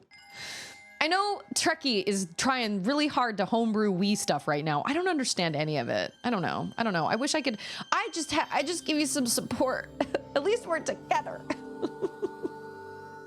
I hope you can figure it out. I struggled getting Steam games onto my Steam Deck. I was like, And to be totally honest, it's been so long, I would have to completely look up a whole new YouTube video of how to do it at this point because I don't remember how I did it at all. Oh, I love the desert. It is my favorite. I love it. Although the desert does have one of my least favorite bosses in the Zelda entire franchise. You guys know who I'm talking about. You know what I'm saying? I should go try again? Okay. Yep, still standing there, just calling hey. I talked to Fledge, and he said something about the little girl being in the graveyard. So let's go sleep in a house that's by the graveyard. Yeah, that's right, remember? And in Skyloft, don't leave your house. This place is great, look at it. It's so nice, and it's fun, and like the music's really nice, and it's nice and cool and breezy, but don't leave your house at night. You've been warned. Oh, she has something to say. A child who'd been playing in the graveyard went missing. Can you believe it? Do you really think there are monsters abducting children in our little town? I think the last time I said, I don't know. I do. What? So there's a chance she was dragged off by a monster? Okay, listen, have you been out of your house at night? Let's not be ridiculous here. This monster business is going a bit far. Oh, now that you mention it, there's an old man who lives near here who's always ranting about hidden monsters here in Skyla. I'm sorry, who? Everyone knows he's a little loony, so no one takes him seriously. You want to know where the old man is? I imagine he's at the Lumpy Pumpkin to the east of here. I don't want to do that. I just want to go to bed. Whose house is this? I don't know. We're just gonna walk into some... Yeah, let's go sleep in a house by the graveyard. That's how every horror movie starts. Oh, who are you? Oh, I love to collect antiques, you know. All the things you see in my house are very old and valuable. Make sure you don't break anything. Mind if I sleep here? Sorry. I want to sleep until nighttime. He's still standing there, waiting on the end of time. She may look dumb, but she's a great boss. She does look dumb. Oh, this is his house. Hey, Hey, hey. What do you need? So when you say, that means you don't have a good reason to be here, huh? Did I not just wake up in your house? What? You think I'm being gruff? You think I'm totally different during the day? Well, I get tired of having to be a smiley shopkeeper all day, all right? I just don't think that this is the real me. Anyway, enough about that. You're here to make some money at my night market. Am I right? What? What are you selling? And to who? Skylast has what, 20 people? I feel Rupin's pain. Yeah, I feel that. Night is when I do my buying. See, I buy treasure. And that's not to say I'll buy just any old thing. I only deal in specific types of treasure. Right, let's get on with it, shall we? Well, today I am buying these treasures. Tumbleweed, Amber Relic, Monster Horn, Golden Skull. I do feel like I have those things.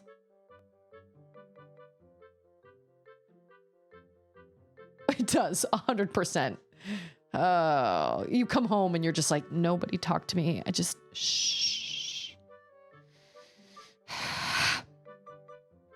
Do I want to sell?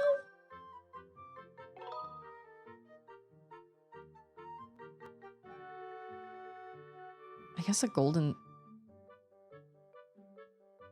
Okay, wait. How do you... Do you need golden skulls to upgrade your equipment? Because I'm pretty sure that's what this stuff is for, right? That's what all the collection stuff is for upgrading your equipment. Do you need a golden skull for any of that? Can I, you know what? It's too much pressure. Okay. There you go. How many rupees can I offer for a golden skull? Does 100 seem fair? Sure. I see you're carrying 2 of those. How many will you sell me? 1, 5. Rupin. Are you sure you are in the right line of work? You do need gold skulls? Oh, okay, well, okay. Somebody put a marker there so I can make that a clip. Oh my gosh. Okay, there's all of them, and there's 1, and there's 5. I will sell you 1, Rupin. Thank you, Cody. And you've got 1 of them. Let's see. How many rupees is that worth? Let's say 100. Did we not just have this conversation? Rupin. Hey. Here's your money. Thanks. Come back soon. He's like, I hate my life. So is that his wife or is that his mom? Just curious. In this world, it could be either one. Those are fireflies. Okay. See, I am never fast enough. It's because I have my controller. It's just, I'm never in a position.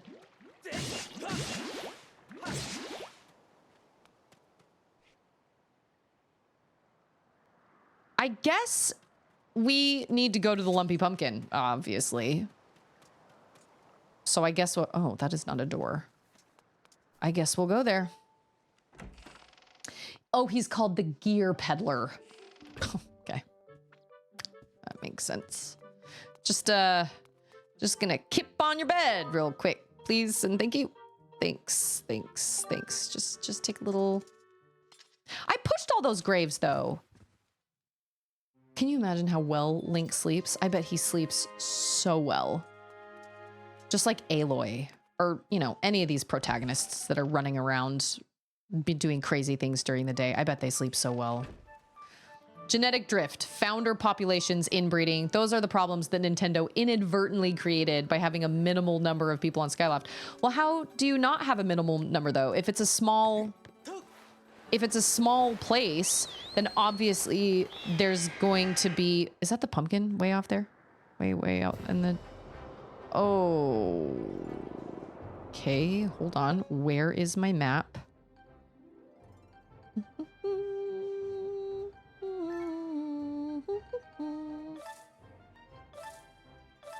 Where's my... Oh.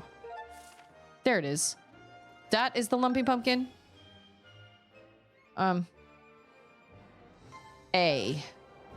Oh, yep. I was flying right for it. I want that. How do you do the thing? Not that thing.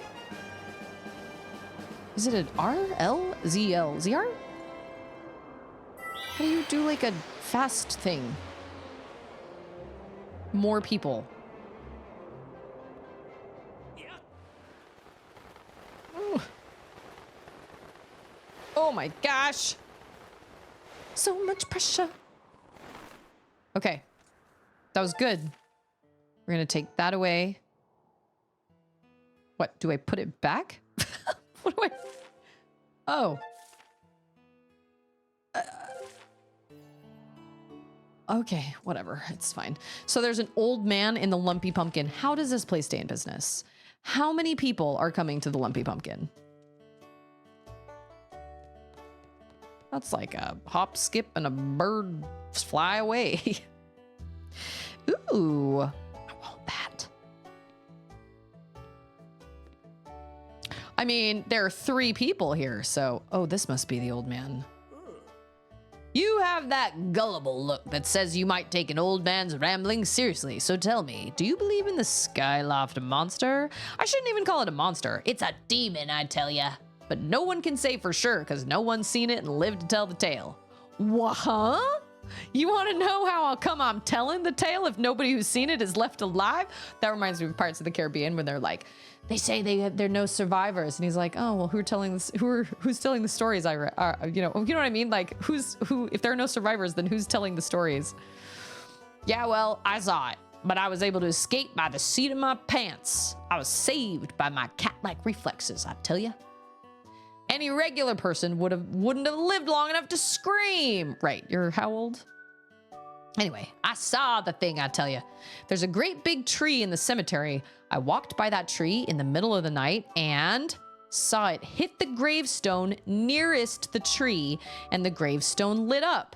It pushed the gravestone, and the door to the storage shed opened up all by itself. The monster then went into the shed, and then it closed the door behind itself, which was unexpectedly polite for a demon. It was the most terrifying thing these old eyes have ever seen. If you're smart, you'll stay clear of the cemetery in the middle of the night. He might be missing teeth. Was there a chest that I was supposed to get somewhere around here? Oh, it was up the stairs, right? Oh, no. Look at the beds! They've got little pumpkins, little, like, jack-o'-lanterns. I don't remember seeing that last time I played this. Okay, is there a chest up here? Oh, that's one of Groose's cronies.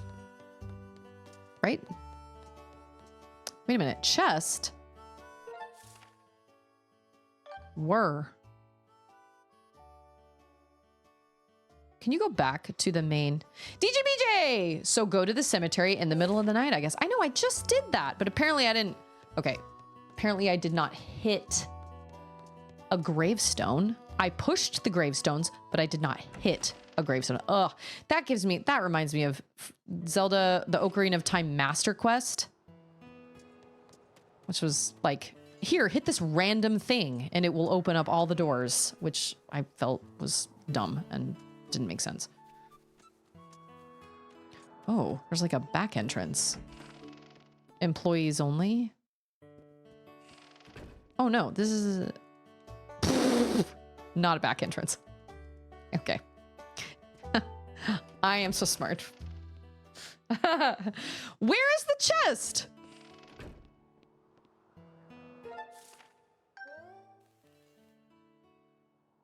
It's outside?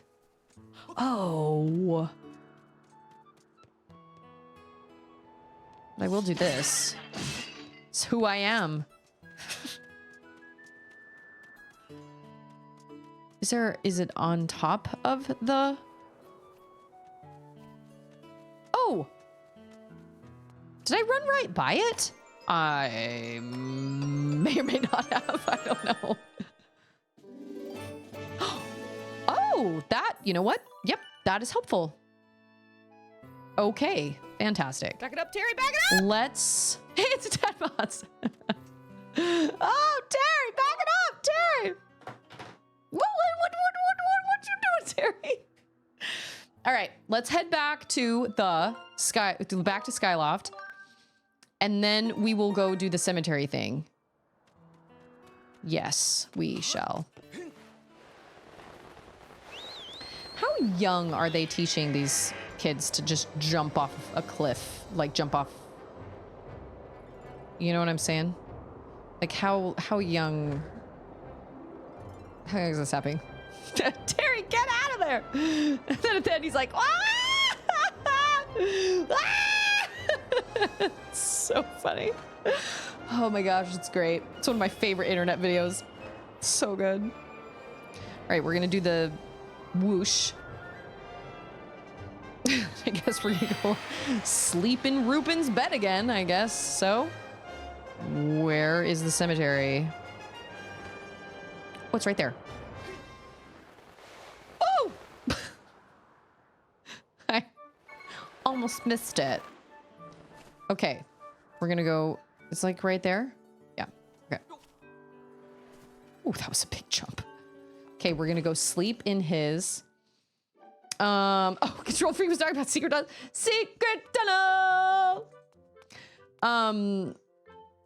Were there storms last night over in y'all's neck of the woods? We didn't. We got a little bit of rain, not a lot. Okay, it's 4:30. And we got to meet my mother-in-law at 5. Oh my gosh. Okay. We're going to go and do this thing really fast. And then I'm going to have to really fast sign off. Okay. Just FYI, everybody's eyes. There will be no Discord stream tomorrow because I had a church meeting come up that I'm actually going to with Ander. It's another leadership type situation.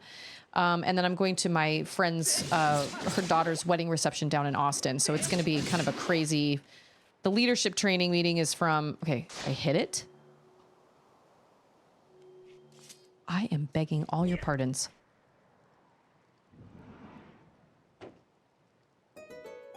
Okay. Well, there that is.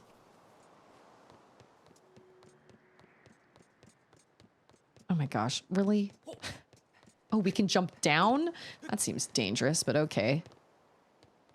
So I cannot stream on Discord tomorrow, unfortunately. The leadership meeting starts at 3, goes from like 3 to 5, and then I'll be heading like almost straight down to Austin. Oh my gosh.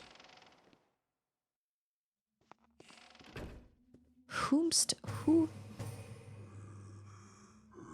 Okay, I remember this guy.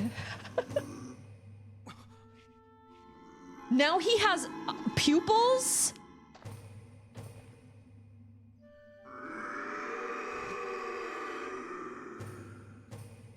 I thought his eyes were the big yellow things. Batreaux. Stop, please. I beg of you, don't hurt me. Yeah, this is high definition. Oh my gosh, that's so funny. I always thought those yellow things were just his eyes. To see those tiny little eyes looks so bizarre. Look at those nails. You know what? I know a lot of girls that have nails like that, actually. I don't understand how they get anything done with them. He did? I only remember the yellow part. How did we not know this dude lived here? Like, he has a house. You see, this adorable little girl is the only one who didn't let loose a blood-curdling scream at the sight of me. Since she began to visit me here, I've felt positively jubilant. You see, my heart's only wish is to become friends with the lovely people of Skyloft. But as you can surely imagine, it has proven quite difficult to break the ice when they are struck with paralyzing fear at the mere sight of me. Yeah, I would say that probably doesn't go over very well. I mean, I'm all for, like, not being judgmental, but you do kind of, like, his eyes confuse me. I don't understand.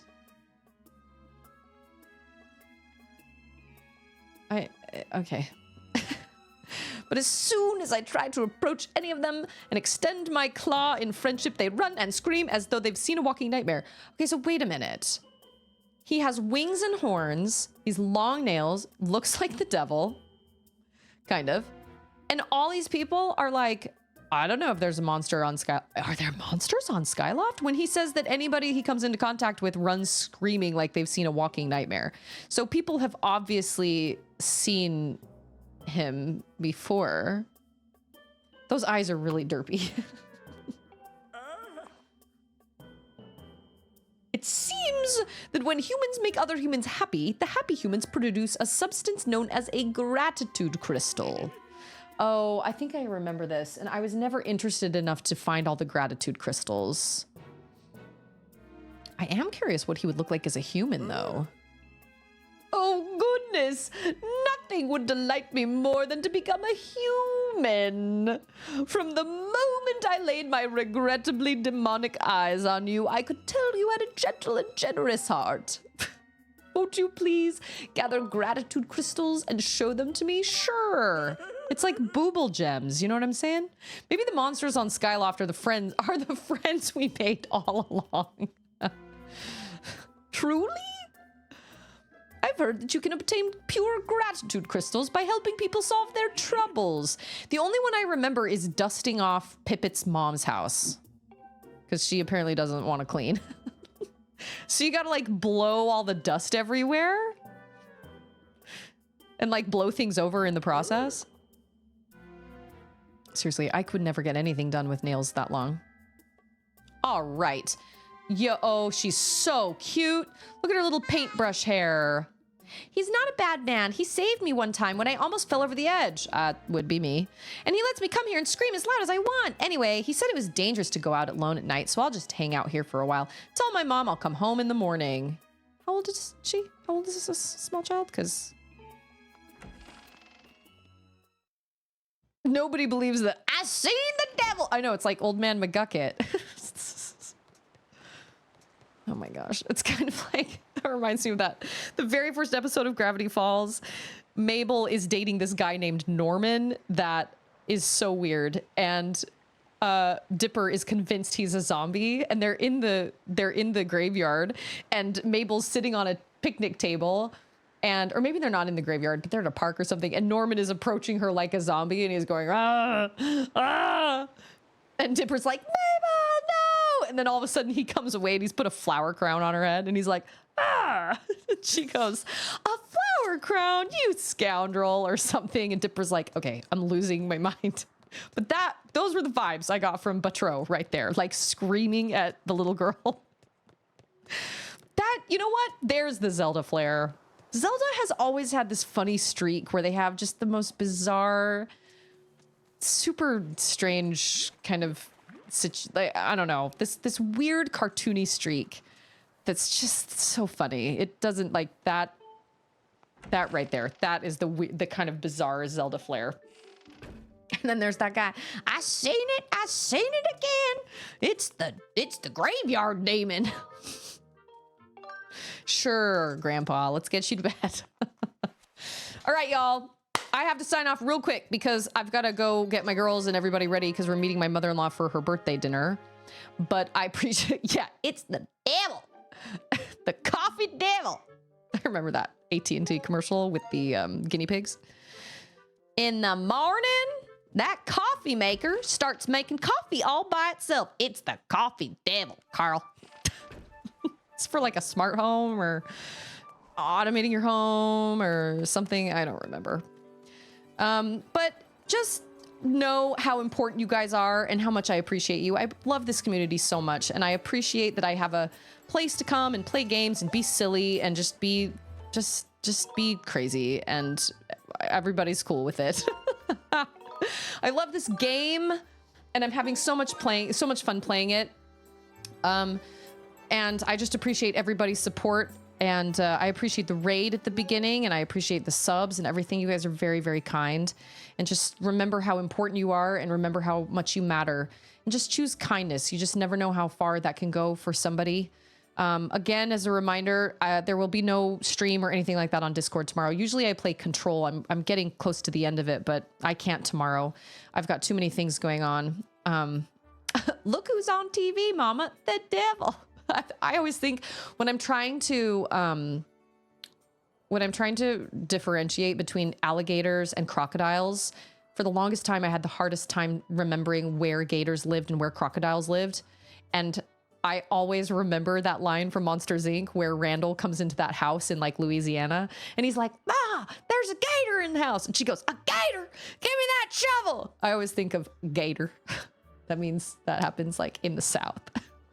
I should change PC recommendations channel on Discord to Android discussion. Probably. They do. They have pointer snouts. And then I also think of, what's his name? Oh, the guy that passed away. The animal dude. What was his name? Steve Irwin. He's always like, "Crocky, that's a big croc." Like, I think of the croc, and I think of the, "Ma, there's a gator in the house." That's how I differentiate them. Like where they live, like where we find them. Yeah, so far I don't adore the change of changing from Apple to Android, but I do appreciate the interface. I feel like I will feel slightly better when I have a case on it and I'm not so terrified I'm gonna ruin it. But I mean, I don't really feel like I have much of a choice. I don't feel like I can really go back to Apple because I can't stay with Apple for forever because I can't afford it. So, you know, it is what. There is a gator in the house. Well, yard. Pretty normal in Florida. Yeah, you know, in my trash can. I've seen that video. Some guy that caught a gator in a trash can in Florida. Or that they'll just come up to doors and ring doorbells. They'll just like get up on the walls. Absolutely insane. So thank you all so much. I hope everybody has a good weekend. It is pizza day. It is treat yourself day. So enjoy your weekend. I will see all of you back here on Monday. Come Monday, we'll be back with Rayman Legends, but we're doing the Origins paintings. I've scratched off all the lucky tickets, so we don't have to sit and do that on stream because that just wastes time. But we move through that pretty fast. And so I've got some plans for like what games are kind of coming down the pipeline and everything. And I'm excited about it. And then Charlotte's out of school this next Thursday, and we're going to have to find a time to start Hogwarts again. So I don't know how I'm going to fit that in, but I'll figure something out. I don't know. But you guys are great, excellent human beings. Stay excellent.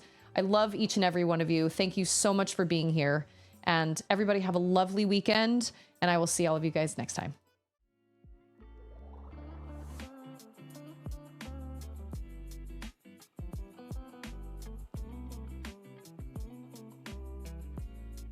See you later. See you later.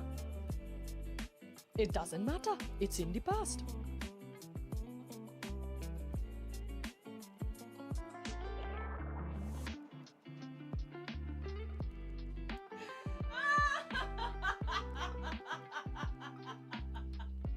It's not over. It's not done till it's not over till it's what?